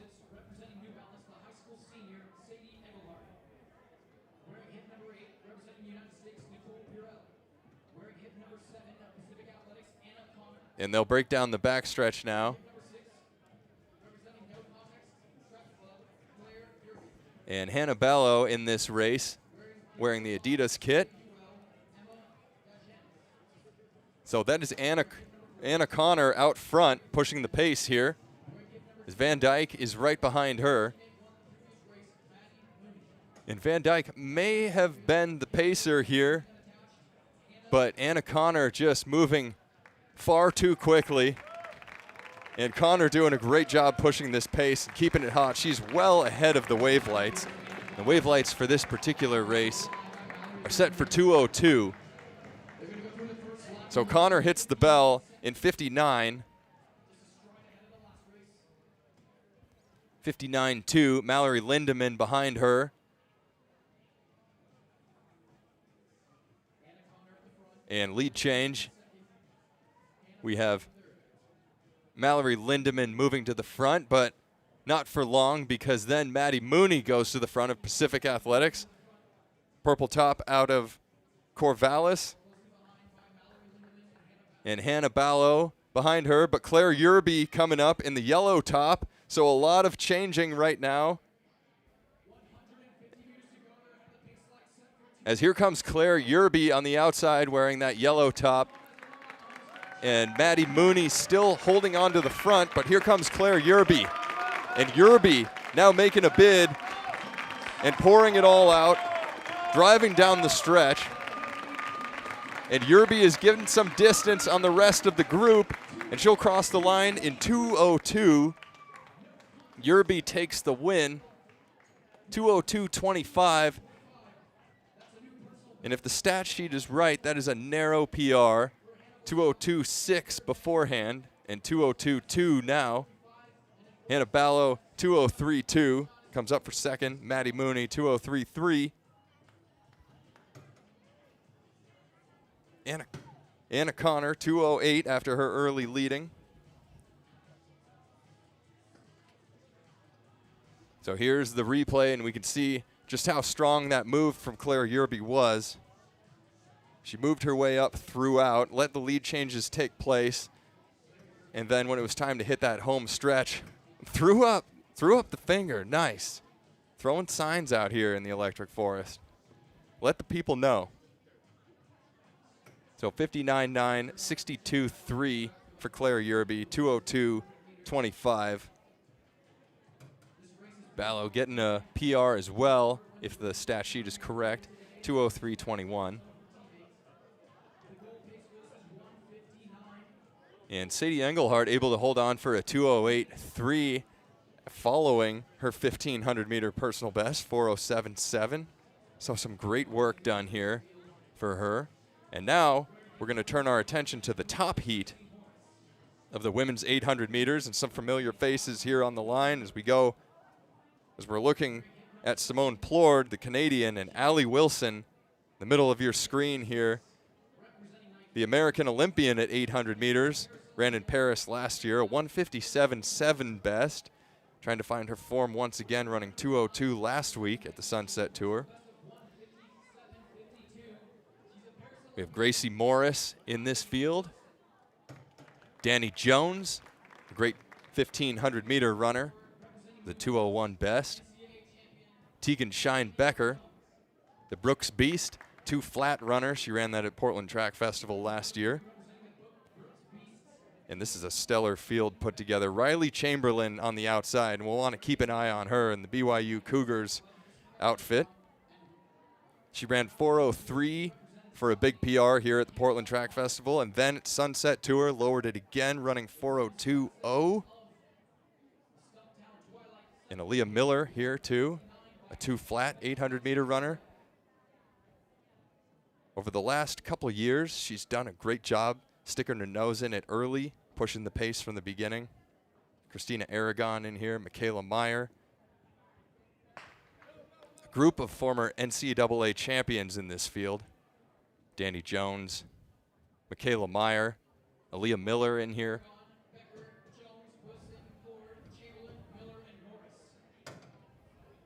And Anna Camp Bennett on the outside, but Aaliyah Miller storming to the front. So Miller, not wanting to wait around for any pacing, is getting to the 200-meter mark in 27 seconds. So Miller out front, looking for something special today. And then Anna Camp Bennett, Tegan Shine-Becker, Danny Jones in that red top behind her, and Riley Chamberlain, tall BYU athlete in the blue. So Miller well ahead of these lights. And the lights here set for a 1:59 pace. They want 58.5 through the quarter, but what's Miller going to come through in? Faster than that. She's going to come through in 57 seconds, 57.9. And Camp Bennett sitting in second. Shine-Becker and Danny Jones making a move, trying to climb up a little bit as Camp Bennett steps off. She was going to pace that thing, but nobody was getting around to Aaliyah Miller. And now Danny Jones closing it down on Aaliyah Miller. And she will make her way around her. So Jones to the front, Riley Chamberlain lurking on the outside. And it's Jones and Chamberlain and Tegan Shine-Becker, the Brooks Beast, straight out of Seattle, swinging wide. And it looks like we might get 3 wide here as Chamberlain goes around. Danny Jones putting up a fight, but Riley Chamberlain pushing to the front. And Tegan Shine-Becker fighting as well. But here comes Chamberlain, showing that fitness that got her from 4:03 to 4:02. And she's under 2 flat for the first time. 1:59.75 for Riley Chamberlain. Danny Jones, 2 flat 19, a PR for her. Tegan Shine Becker getting back to her 2 flat ways, 2 flat .64 for a season best. Simone Plord, the 1,500 meter runner, 2:01.06, a big PR for her. And Gracie Morris, 2:01, an excellent 800 here in the Electric Forest. And look at the fight on Shine Becker and Riley Chamberlain easing away from the pack, able to close and get under that 2 flat mark. 1:59.75 takes over a second off of her best, just skipping 2 flat altogether and going from 2:01 to 1:59. Excellent, excellent racing all around there. And attributed to the great work done by Aaliyah Miller, who was able to get a season best out of that too. 2:02.99, coming up in 8th place. Getting under 2:03 for the first time this season. As we can see, 1,500 meter boys cooling down. Thomas Radcliffe trying to grapple with his newfound world celebrity status after that 3:33. The guys keeping him humble out there, no doubt. Humble and hungry.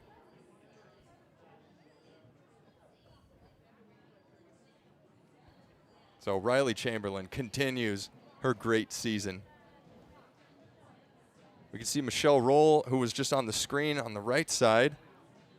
She's a Masters athlete, ran 36:38, I believe, in the 10,000 meters at Portland Track Festival instead of Masters world record in the 55 to 59 age group. She's going after the 5K world record today, 17:28.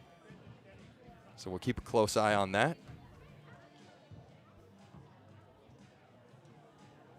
So we get a glimpse of these guys cooling down. You got McGordy, Jager, the old guard,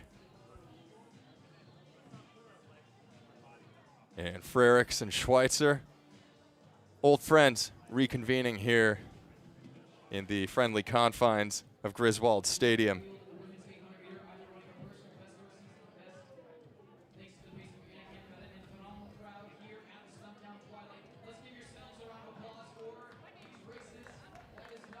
We've got men's first heat of the 800 meters assembling on the track. And we just keep moving from great race to great race to great race throughout. 1500s were pretty electric. In that first heat of the 800 as well, 1:59. And this is the first heat of the 800 meters. We'll have a few. We're going to have 2 heats of the men's 800 meters. You can see Georgia Spino pacing on the outside once again. And the wave light here will be set for 1:47. Looking through 51.5 through 400 meters. You can see the competitors on the line there. From outside to inside, Thomas Staines, Max Lindgren, AJ Green, Colin Dilla, Eric Gibson, and Alejandro Rosales.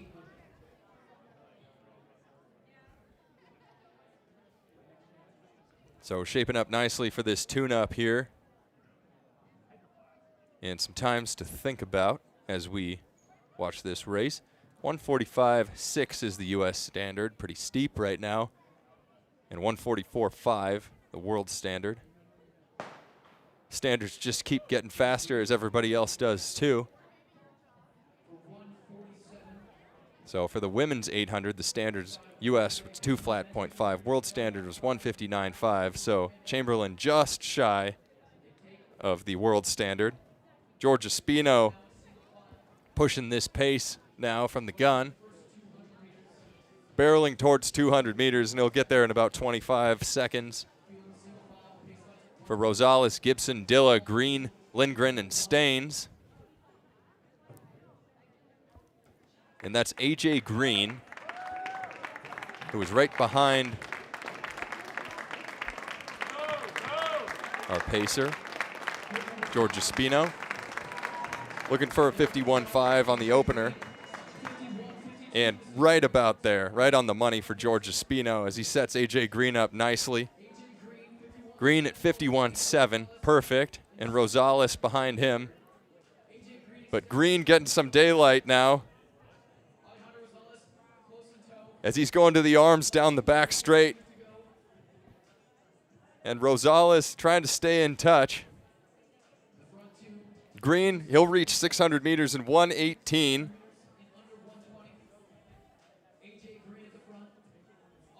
And still holding the front, you got A.J. Green.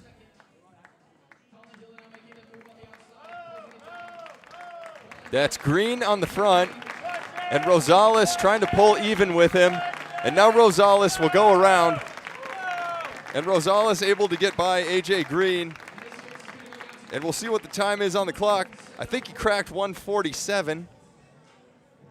Well, 1:47.11, and that was Colin Dilla, excuse me. 1:47.1 for Colin Dilla. And A.J. Green, 1:47.6. Dilla there, already undressing. Making quick work of this. Wave light set for 1:47 flat. He was able to get 1:47.1. So 3 men under 150 in this first heat of the men's 800 meters. Gibson there, able to get 1:48.9.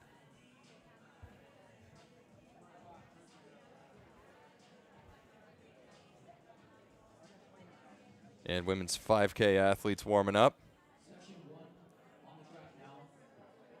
But here's the pass as Dilla goes by A.J. Green.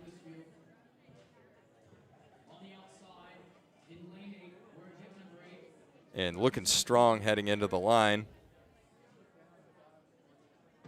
Breaking the tape, Colin Dilla.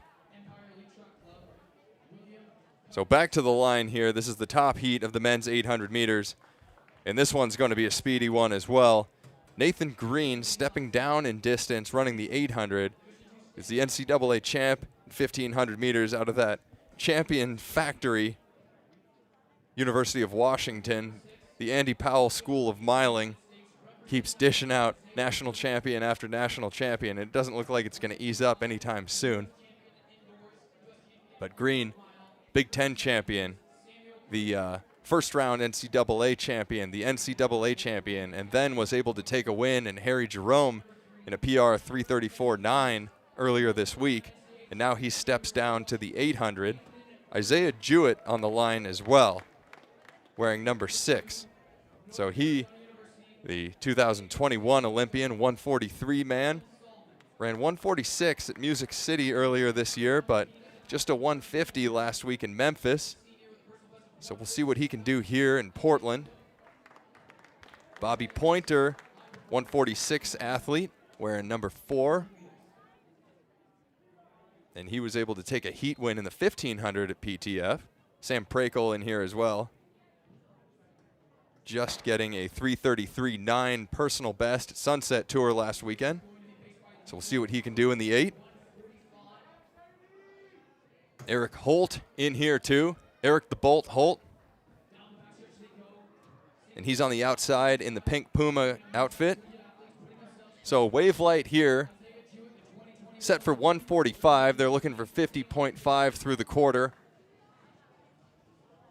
And Isaiah Jewett already out front, looking for a good race to get 150 off of his last race timeline there. And looking smooth at the front already. We see the milers sitting at the back of the pack. Colin Solomon in here as well, wearing the Smoothie Mix Hoka kit. And about under 51 through the quarter. Jewett at the front, followed by Elliot Cook, or sorry, Thomas Staines behind him, and then Colin Solomon.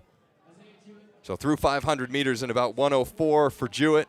And Bobby Pointer making a big move on the outside in the shades. But it's still Jewett And then Thomas Staines getting to 600 meters here in 1:17. And Jewett looking to push now. And he's stepping on the gas as Colin Salmon is making his way around Thomas Staines. And Staines gritting his teeth right now. Prakel lurking in the back, but Jewett has got a good gap. Can Salmon catch up to him? He's coming down with a full head of steam, as is Elliott Cook. And here comes Salmon. Salmon will get to the line first in 1:44. 1:44.89 for Colin Salmon. And 1:45.0 for Isaiah Jewett. And Elliott Cook, 1:45.2. So that time coming from a big final 200 for Colin Salmon, because at the front, Isaiah Jewett hit the line with 200 meters to go at 1:17 and was able to close in 28. So Salmon was able to close significantly faster than that. Sam Prakel coming up with a 1:46.2. William Cuthbertson breaking that 1:46. And here's Jewett having a fantastic race, running 1:45.0, and Salmon with a full head of steam, barreling down the straightaway, getting to the line, 1:44.89. And that is one of the fastest times ever run on this track. So earlier this season, we saw Donovan Brazier run 1:43.81 in the 800 meters to win Portland Track Festival. And that is the fastest time ever on this track. The second fastest comes in 2013 from Tyler Mulder, 1:44.7. And now Colin Salmon, 1:44.89, placing himself third fastest ever in the Electric Forest, which is a nice feather in his cap. And a big PR for the man, too. 51.6 in the opening quarter, and then closing in 53.2.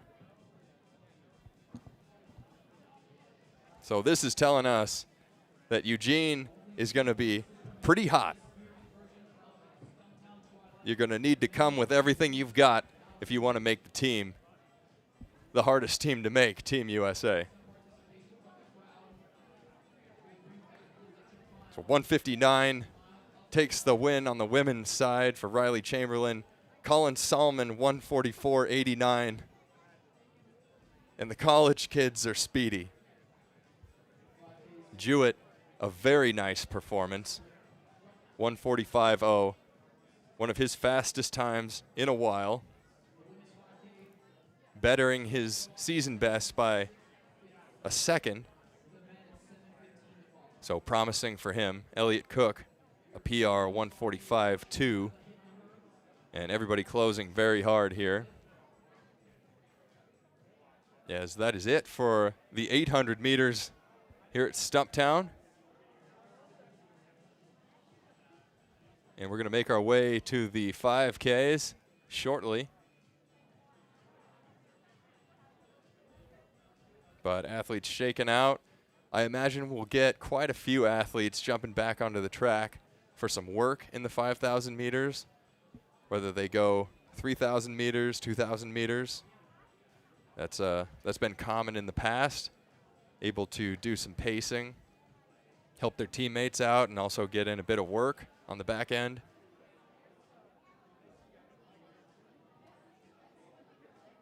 Looks like Kyla Becker in the center there. Rose City Track Club athlete. And there's Michelle Roll on the outside. And she'll be going for a world record in the 5,000 tonight in this next race on the track for age group 55 to 59. Set the 10,000 meter world record a month ago here at Portland Track Festival. So she's looking to strike while the iron's hot. And this will be a smaller field for the 5,000. And Michelle Roll will jump on the line with the likes of Elise Cranny and Vanessa Frazier, Jen Randall, and Ellie Hennis. Sophia Dudek in there as well. And Therese Olshansky Sophia King.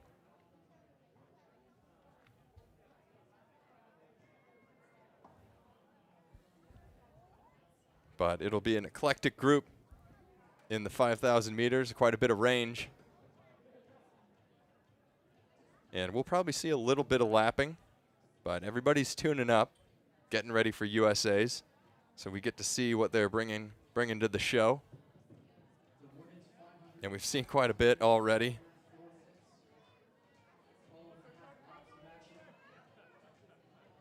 Michelle Roll on your screen, wearing that number 8.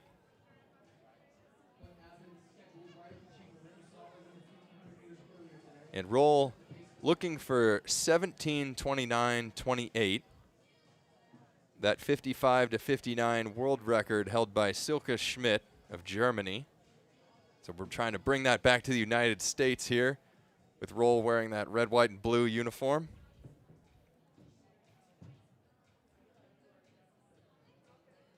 And it looks like we've got some athletes assembling over there. We'll see if they decide to jump in or not.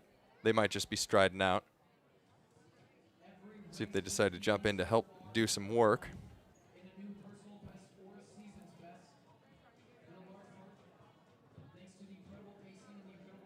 But as we said, Elise Cranny is going to be racing this 5,000 meters tonight. Cranny also no stranger to this track. In one of her first seasons, maybe her first season with the Bowerman Track Club in 2019, Cranny won the 1,500 here at 4:06. She's run significantly faster since then. But there's Diljit Taylor down there, head coach of BYU and the Swoosh TC group out in Salt Lake City, excuse me.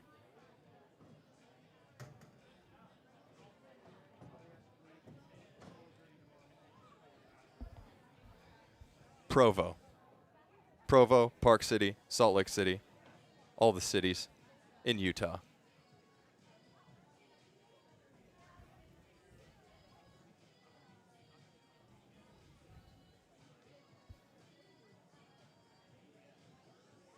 Sophia King on the screen, getting ready for 5,000 meters here.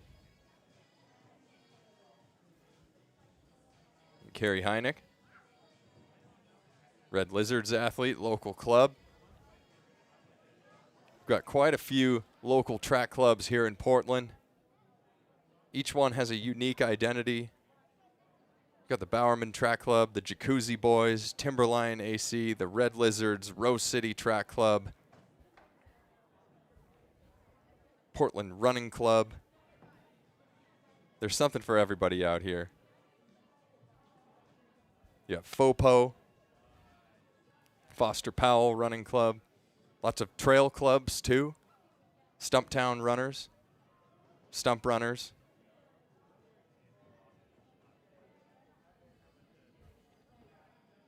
And the only time that those clubs come together against a common foe, it is during the Portland versus Seattle 3,000 meter race, which this year went to Seattle. They came with a force, and they were able to take the win. But on the inside, you can see Jesse Rubin, local great as well. And in the middle there, you see Elise Cranny on the line wearing number 4. And Vanessa Frazier stepping to the line as well. No watch this time.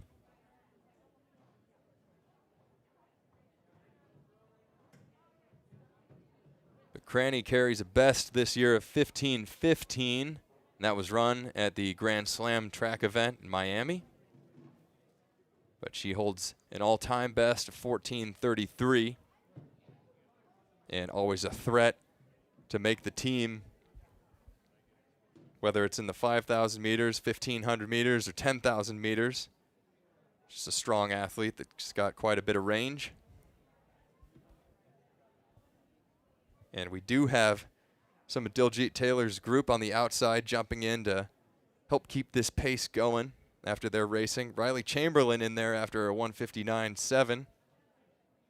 Ella Donahue, Simone Plord, Sadie Sargent. after their 1,500 meters. Simone Plord after her 800-meter PR here, running 2:01.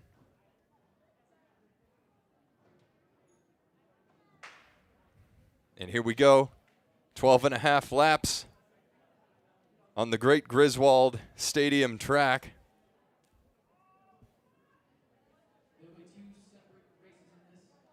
And that's Ella Donahue getting out front early, and Riley Chamberlain.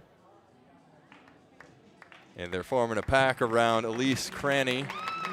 Simone Plord getting up front as well. The pace lights for this race set for 15:10, and we'll have another set of pace lights set for 15:55, and then another set of pace lights set for 17:25, which has been asked for by Michelle Roll. So a lot of different storylines and goals within this race as we launch into it with Ella Donahue at the front on her hometown track. And Riley Chamberlain fresh off that 1:59.7.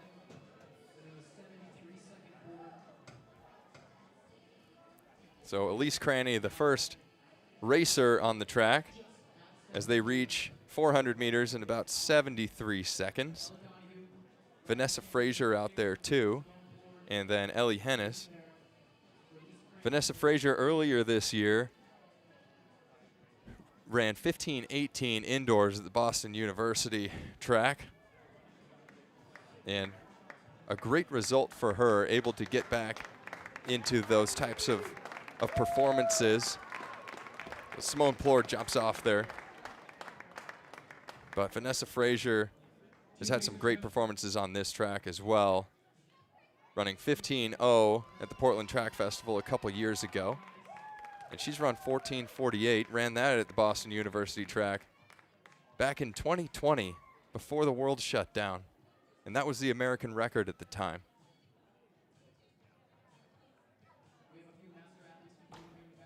Ella Donahue, Riley Chamberlain out front.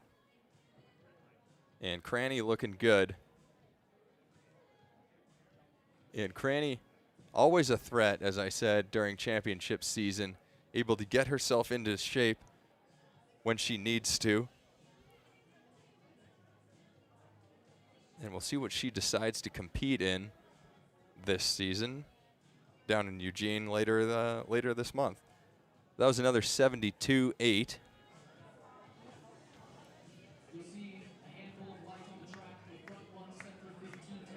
So Chamberlain, Donahue, Cranny, and Ellie Hennis moving her way up. Hennis in front of Frazier now. Hennis stepping back onto the track after some time away. She had a collapsed lung earlier this year, so had to have surgery, and now coming back, jumping onto the track for the first time. First time this season, and getting back in touch with Elise Cranny. Frazier staying in touch with that pack too.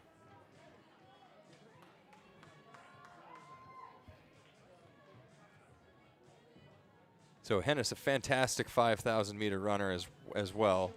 She's run 14:47 a couple years ago, and has also run very well over 10,000 meters. Some performances at the 10 in the 30-40 range. This is Chamberlain, the 800, 1,500 meter runner, leading this 5,000 meters, pacing it. And Chamberlain, such a great last month for her, following her NCAA season, which probably didn't end quite as she wanted. She was able to come here to Portland, claim third in that 1,500, and run 4:03 behind Sinclair Johnson and Simone Plord, and then going down to the Sunset Tour and placing second, running 4:02 to Josette Norris. And now winning the 800 meters in 1:59.7 here.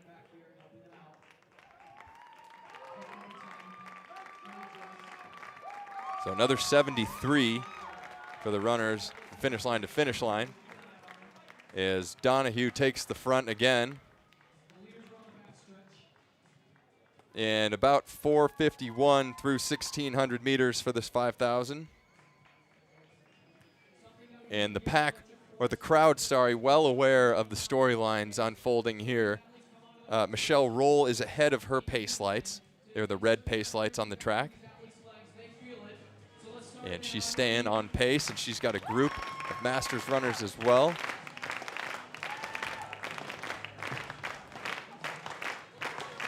And the crowd clapping in unison as they pass the home stretch.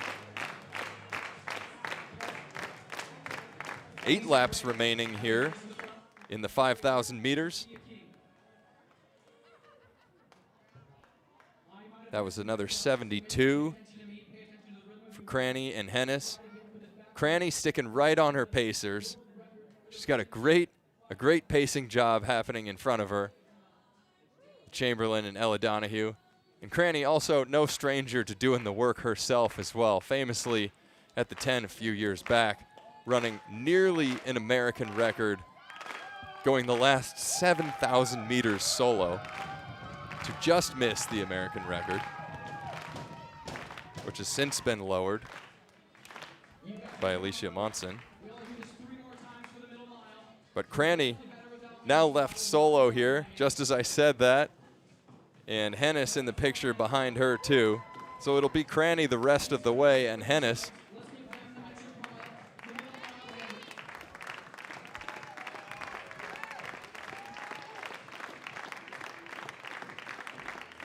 and Roll on her pace lights, looking for that 17:29. And here comes Cranny by the finish line. 7 laps remaining. That was another 72.0 for Cranny. And Hennis a 74.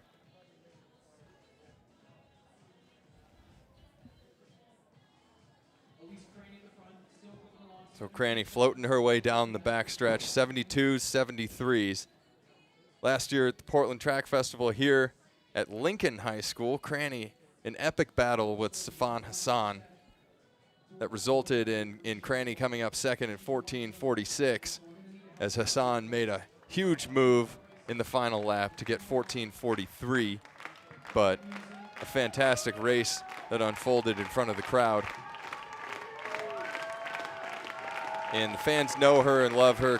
Elise Cranny used to train here in Portland as a member of the Bowerman Track Club when they all lived here in Portland. So in some ways, this is a homecoming for her.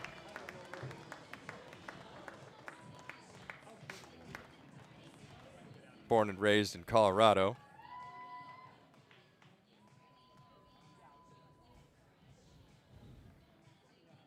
That was a 71.8, so Cranny, even though the pacer stepped off, is well within herself now, able to step down the pace. And having run 14:33, carrying the fitness that you need to execute at a championship race in 2 weeks' time. That's no surprise that this is well within her wheelhouse here. And she's going to come up on the outside of Michelle Roll here.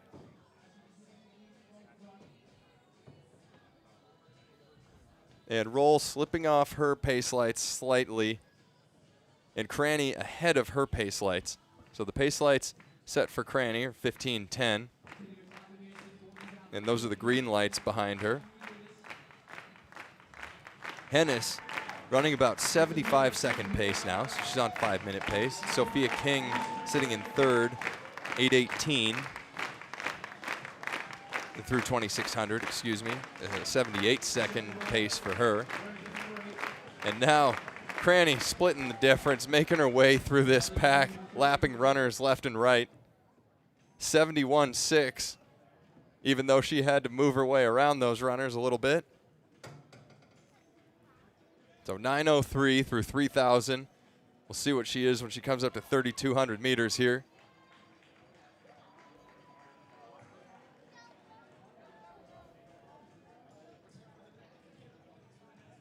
And tuning up here for USA is running a 5,000. That's a 9:39 on the clock. We saw the 800s and 1500s pretty loaded for this Stumptown Twilight, as people usually sharpen up running those distances. for the championships that'll take place in 2 weeks' time, but Elise Cranny opting to jump into this 5,000. And Ellie Hennis obviously jumping into the 5,000 too, prepping herself for championships. This is Cranny here in front of the grandstand.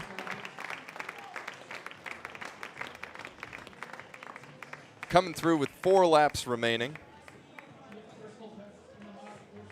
So we'll see what she can close her final mile in. That was 10:16, 3,400, 72.8 for Elise Cranny.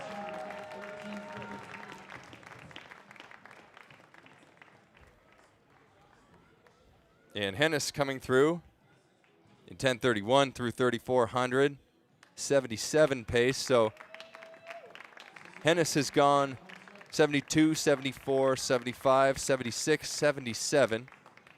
We'll see if she can turn that around inside 4 laps to go. But Cranny looking easy out here. And she's still ahead of those 15:10 lights. So clicking off 72s to 71s is Elise Cranny, making her way around the track.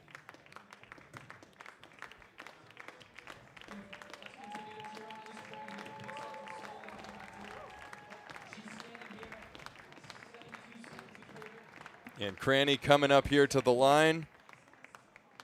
And she's got 3 laps remaining. We'll see what that split was. 75 seconds for Cranny. So her slowest lap by far of yet. And the lights are creeping back up to her now in that 15:10 pace, but she's well in front of Ellie Hennis, who's making her way back into competition.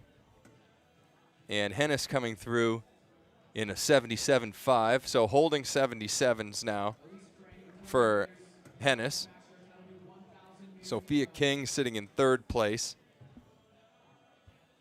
as it looks like Vanessa Frazier dropped. I think she was dealing with some sickness coming into this race, so it's not her day. But Cranny out here doing work over 12.5 laps. And the fans urging her on here as she comes down the straightaway in front of the grandstand. Great evening of racing unfolding here at the Stumptown Twilight. Inside 2 laps to go for Elise Cranny, and back to 73.8 for her. So bringing the pace back down as the lights caught up to her, and she doesn't want to let them go. But final 800 meters here for Cranny.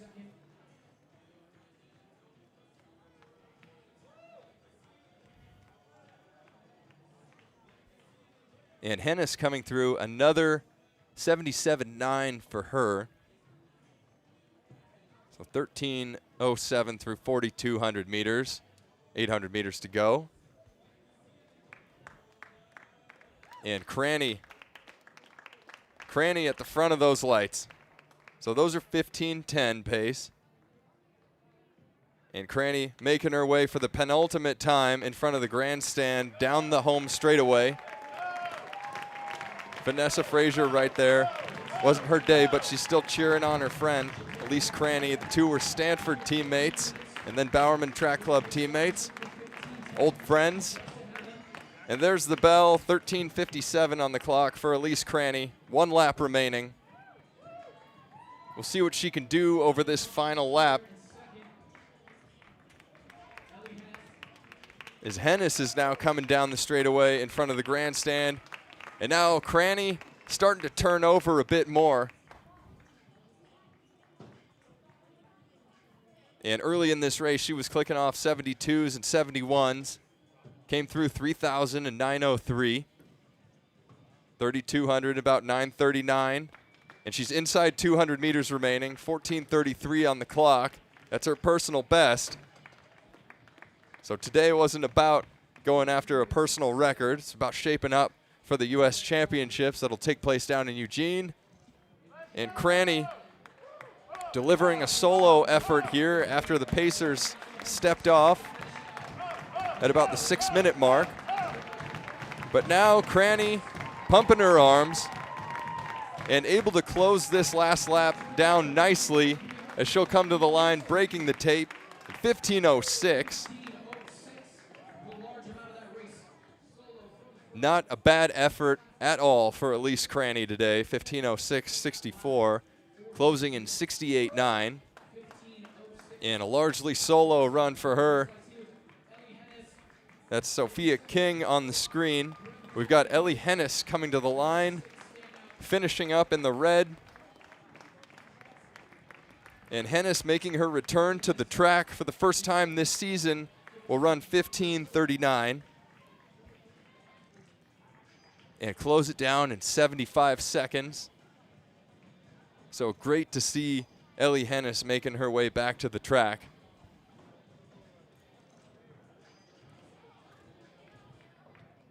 And a good start.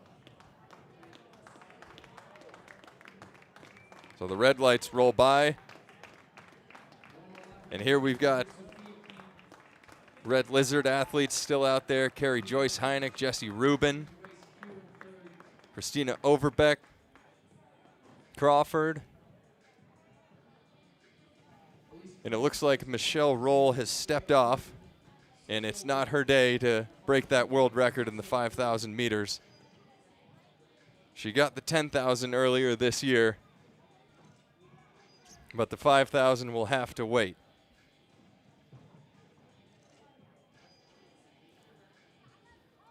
Silke Schmitz, 17:29, lives to see another day.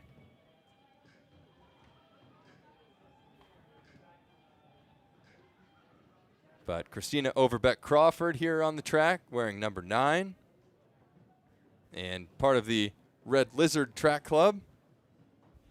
They put on the great Red Lizard Cross Country Series every fall. All the clubs around here compete in scored competitions for pride, bragging rights. Sometimes there's Dave's Killer Bread on the line.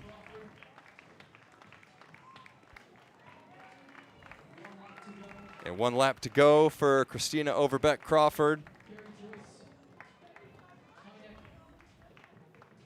And Carrie Heineck will cross the line here. Great Masters runner in her own right, 17:29.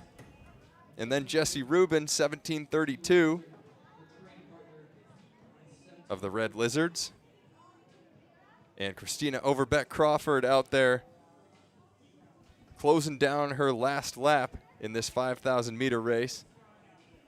So a unique event with a lot of different abilities jumping into this race, where these runners like Christina Overbeck Crawford get a chance to go after a PR on the track. Not a lot of opportunities to race a fast 5,000 on the track, but she's also toeing the line with one of the greatest 5,000 meter runners in American history, Elise Cranny, who's tuning up for a U.S. championship and running 15:06. And Ellie Hennis as well, coming back after surgery to run 15:39. And just a fantastic accomplishment to see her back out and competing. And here, Christina Overbeck Crawford going to the arms and gutting it out, crossing the line, 18:44. It's a good day. Closing in 82. She was logging 94s, and then she just shuts it down in an 82. And here's Cranny coming through, closing in 68 for her last lap in her largely solo effort. So she had a great pacing group early in the race, but they didn't go further than about 1.5 miles potentially. And she was left solo the rest of the way, but able to get 15:06 effort in the books. And Hennis, 15:39. Sophia King, 16:18, comes up for 3rd. And Carrie Joyce Heineck, 17:29. And then Jessie Rubin, 17:32.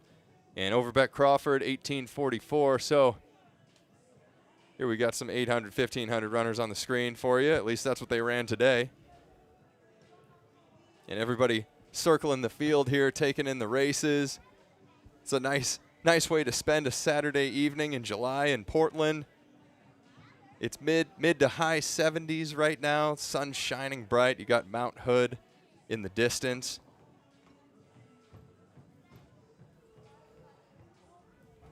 Everybody can hit their favorite restaurant downtown afterwards. Portland, one of the best dining cities in the world, dare I say. Lots of award-winning restaurants.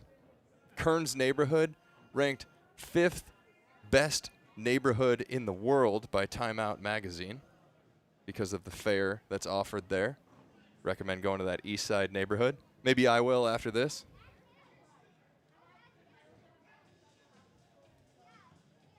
Yeah, Sadie Sargent out there after having her great day. Ella Donahue, Christina Aragon, Michaela Meyer. The guys from Empire Elite running around. Under Armour Dark Sky crew.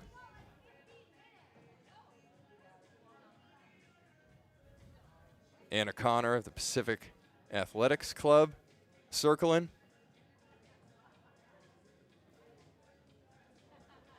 And you got Parker Wolf there in the hat after his 3:34 effort, second fastest all time for him. And here, Elise Cranny, Vanessa Frazier, not done running yet, immediately into the cool down.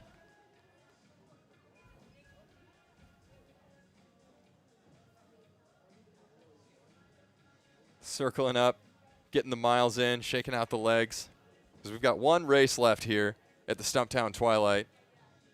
The men's 5,000 meters, and the guys are getting ready over on the line. This should be about a 13:30 race, I think. Mid-13:30s, I would expect. And a good opportunity for locals and runners from far and wide to come in and get in a good effort of 5,000 while we're putting on the Stumptown Twilight. And while we're on the subject, I'd like to give a big shout out to Jake McEnany, first time meet directing a meet. And he does the Stumptown Twilight this year. Tate Shenbein, the great meet director for Portland Track Festival, was able to support him in his first foray into meet directing. And we'll circle up after this, see how it went, see how he liked it. But an excellent job pulling this thing together. And we look for big things from him in the future.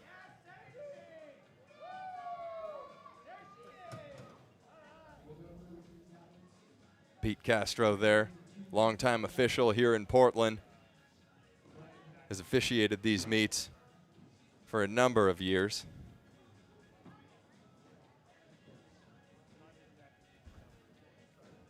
As we've got a good group of runners here on the line too. Some marathoners in here, 10K athletes, 5K athletes, local heroes. There's Cole Hoff on the line on the outside, just raising his hand. I think he might have some pacing duties here once again.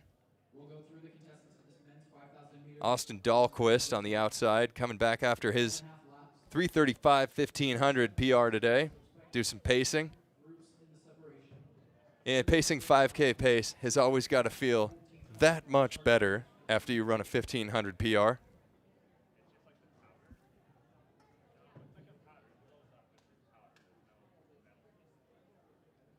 Faces on the line here, guys that have towed the line in the Portland versus Seattle race at PTF.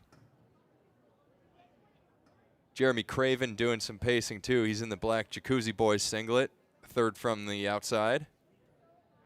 And then Alex Slenning to his inside.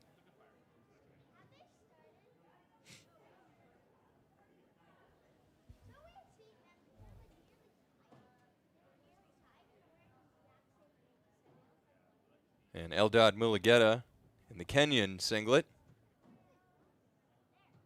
Project Creek. He's got a personal best of 13:40.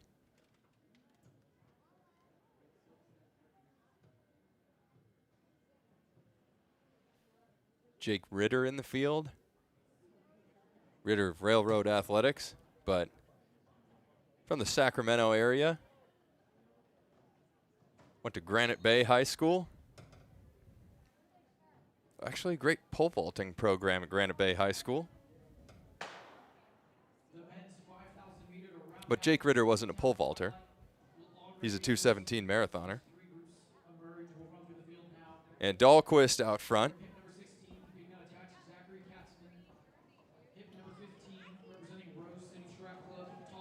And I believe that is Ritter, and then Alex Slenning and Mulugeta.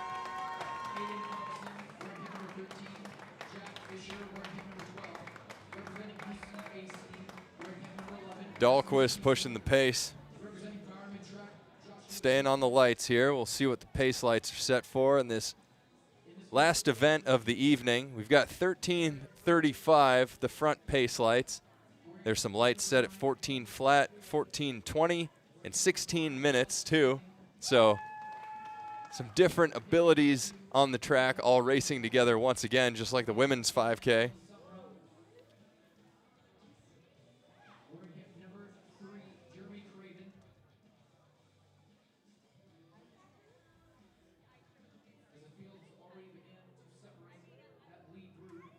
But Dahlquist, Jake Ritter in that second position. And then Slenning, Mulugeta, and Alan Summerall in that front pack.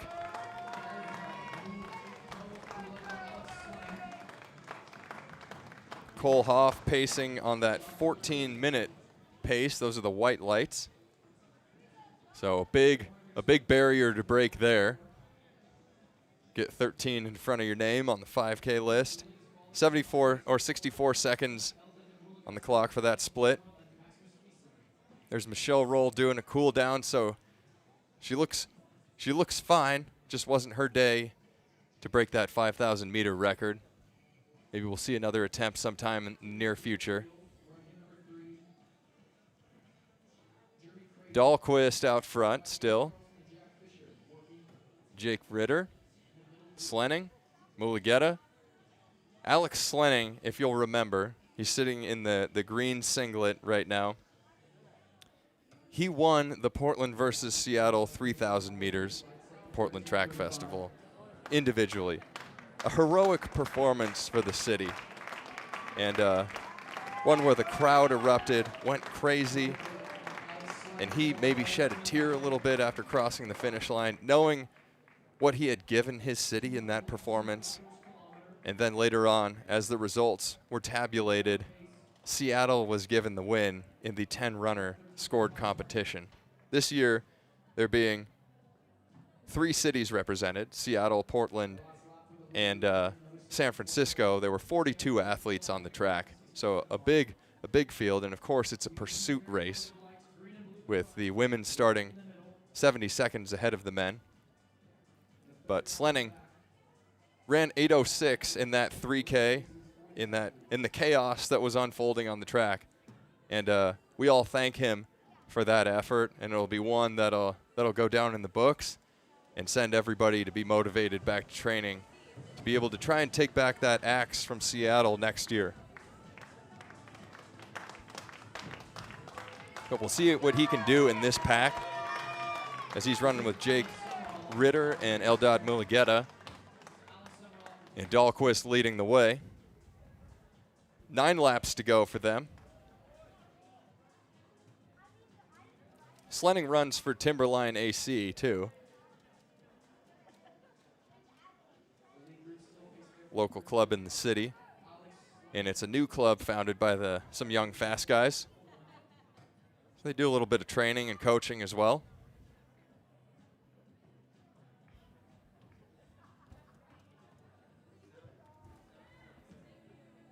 Dahlquist here leading, coming through 1,600 meters in 4:20. So we're clicking off 64, 65s. Right on the lights there, and they're at 13:35 pace, which would be a nice personal best for a lot of these guys. Jake Ritter, 13:36 best, sitting in that second position. He ran 13:52 indoors this year at UW. on that 307-meter flat track up there.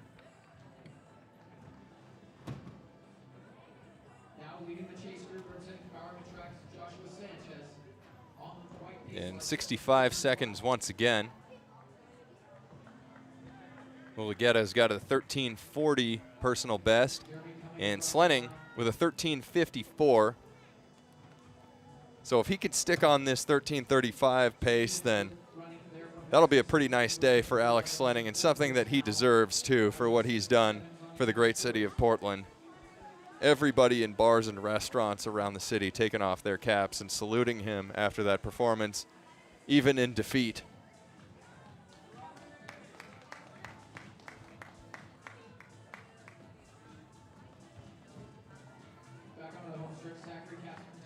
But Dahlquist, he's a guy that's been steadily improving his time over the last few years too, getting down to 3:35. Remember when he was just a 3:40 guy too. He trains with Sam Parsons, Drew Hunter out there, Colorado.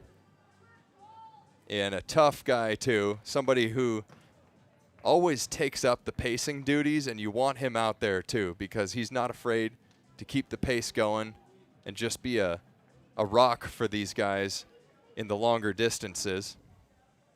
Not afraid to push the pace in his own races. And maybe he just likes getting airtime too. When you spend some time pacing races at the front, you get a lot of time on camera. So making his way around the track now, there's some shifting as that's Slenning moving into the top racing position, and Mulugeta and Ritter trying to hang on to the pack. But they're going to start lapping athletes now as Dahlquist moves wide. And we'll see if that's because he's stepping off or if he's just giving space to the athletes that are being lapped here. 6 laps to go. And that was a 65-1 for Slenning as they're weaving their way around athletes. Mulugeta. 65-2 for him. So it's a pack of 3, and we'll see how far Dahlquist goes.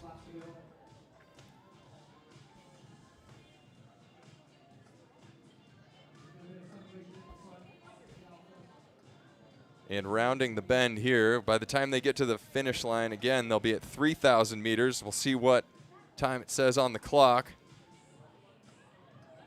But Dahlquist still pacing, and a great effort for these guys. They got to be very thankful for Dahlquist sticking in as long as he is, at least to 3,000 meters.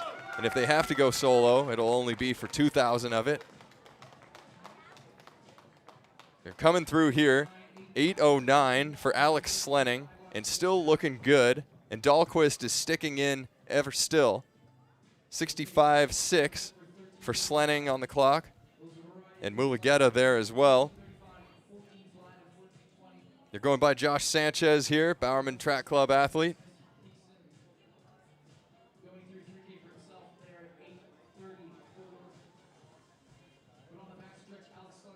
And Sanchez has been running. He started out 72, then 73, 74, and he's clicking off 77s currently, so finding his way around the track, trying to settle in. It's rough out there. It can be. But Dahlquist still at the front after 3,000 meters.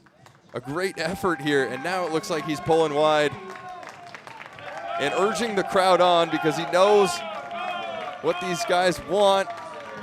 And they want a 3:35, and that would be close to a 20-second PR for Alex Slenning. Inside 4 laps to go. And that was a 64-1. So not only did Dahlquist go 1 lap further than 3,000, but he notched the pace down and kicked him off nicely for the final 4 laps. It's Slenning at the front now in the green, followed by Mulugeta in the Kenyan singlet. And Mulugeta, 13:40 man too, so if he stays on these lights, he'll have a 5-second PR But Slenning now digging and pressing. Alex Slenning making his way around the track. Went to Wilson High School in the city. Now Ida B. Wells. Spent some time at University of Washington. And he's getting some distance on his competitor as they make it to 3 laps remaining.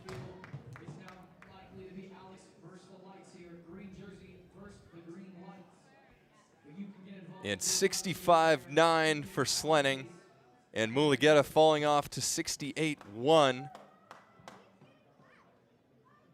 So more Mulugeta sliding than Slenning pressing, but he's still sticking on the lights. So Slenning still, you can see the green lights on the inside of him, 13:35, and he wants this. Trying to temper expectations, trying to keep himself calm, not speaking for the man, just imagining what's going on in his mind right now. He might be thinking, I got this, I can dig deep and I can do it. But when you know you've got a big one that you're reeling in, you're a 13:54 man, and you're on 13:35 pace with 2 laps to go. You want to pull this one all the way through. So 2 laps remaining. Slenning trying to keep it together. 66.3, so sliding off that 64 pace. He went 64, 65.9, and 66.3. And Mulugeta sliding to 70s right now.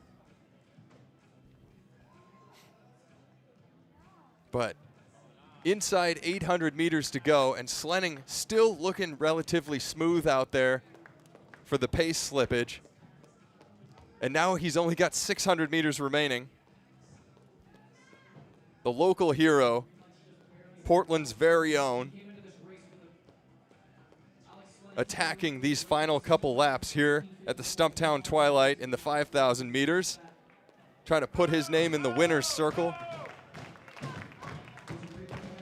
with the likes of Thomas Radcliffe, Riley Chamberlain, and Colin Salmon, and Elise Cranny, and Ali Ostrander. 1 lap remaining. That was a 65.5, able to claw back some seconds. And now he's given it everything he has to try and stay on this pace.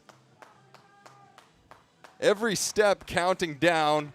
Inside 300 meters to go. Alex Slenning on your screen. He ran 8:06 in that Portland versus Seattle 3K to take the win there. And he came through 3K here in 8:09. Inside 200 meters to go. And the fans are stomping in the stands right now for Alex Slenning here, wearing the green singlet. It says Terwilliger on the front. Making his way around the Terwilliger curve. The green lights to his left, able to claw them back.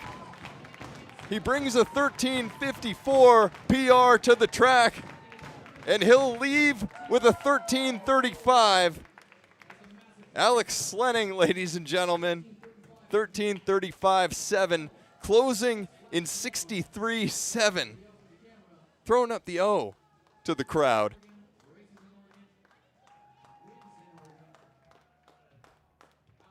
And there he is. Here we go. Mulugeta across the line there. Able to get under 14 minutes. 13:56 for him.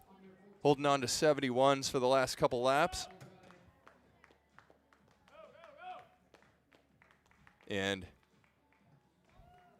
says Mo Guled on the results, but I believe that is Jake Ritter. 13:57.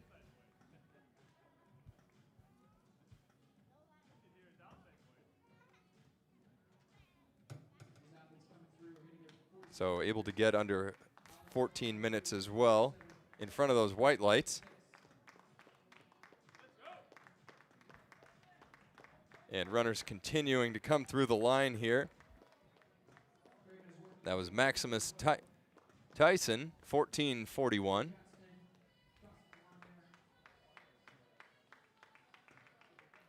Alan Summerall coming through the line, Railroad Athletics athlete. Jeremy Craven before him, Jacuzzi Boys Athletic Club.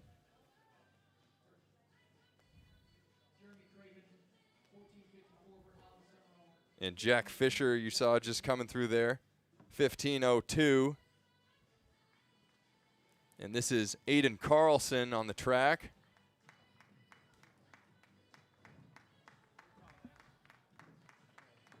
Carlson coming down the straightaway now. And he'll cross the line in about 15:33. 70 seconds on the close for Carlson. And down the home straightaway here, Josh Sanchez just finishes. And Zachary Katzman coming in as well. 14:47 for Sanchez. Katzman 15:53. 67.9 on the close for Katzman. Pretty speedy at the end.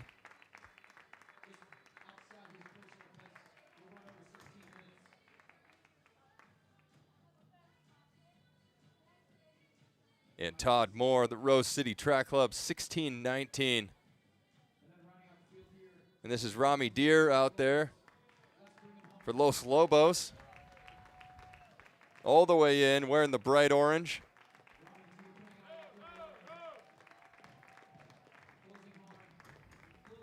Rocking and rolling here, Griswold Stadium, 16:46 on the clock.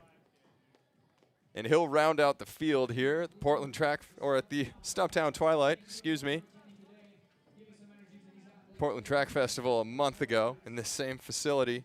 And it'll be here next year, June 13th and 14th. And the Stumptown Twilight will be as well. But Alex Slenning taking that win, 13:35.7. The fans are making their way to the cars in the parking lot, making sure they get their reservations downtown. So a fantastic list of results here for this Stumptown Twilight, particularly in the 1500s and the 800-meter races. Tuning up for USA's. And Allie Ostrander with a great performance, 9:35 in the Steeplechase to continue her comeback, her first race on the track this season as a competitor. Jackson Shorten, 8:27.9 for that win in the men's steeplechase, just outside the 8:27 USA qualifier. In the women's 1500, Anna Camp Bennett comes back to be able to win that thing, 4:05.38, looking strong down the stretch, and a season best close to her PR. Thomas Radcliffe introduces himself for real, 3:33.28 in that men's 1500, and 3:33.97 for Benjamin Allen, a huge PR for him too. Parker Wolf, 3:34.44, just an excellent race there.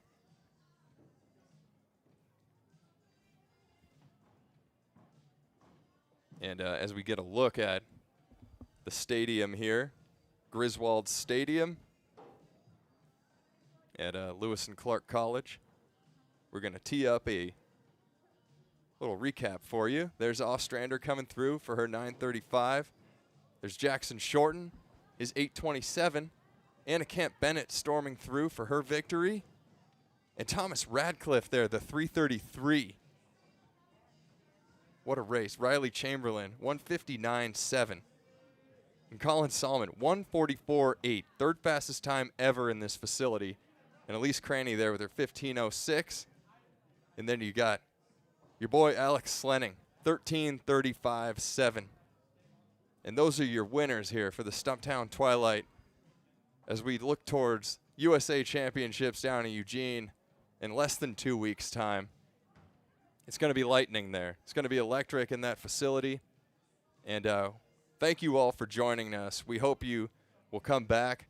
Book your tickets now for the Portland Track Festival. It's going to be wild here in the facility next year, June 13th and 14th. And Stumptown Twilight next year, of course. from all of us at Portland Track, we'd like to thank you for tuning in and taking part in everything that we're putting on. It's a labor of love. We're passionate about the sport and bringing it to the people here in Portland and around the world. And also to the crew here at Trackland. We got a great team put together. The Portland PCC, Portland Community College group, doing a great job this evening here videotaping this race. So all of the races this evening as we gaze down at the beautiful Willamette River and the track above it. So from all of us here in Portland, Portland Trackland crew, we're going to say goodnight. Thanks for tuning in, and we're going to go hit the Taco Bell drive-thru.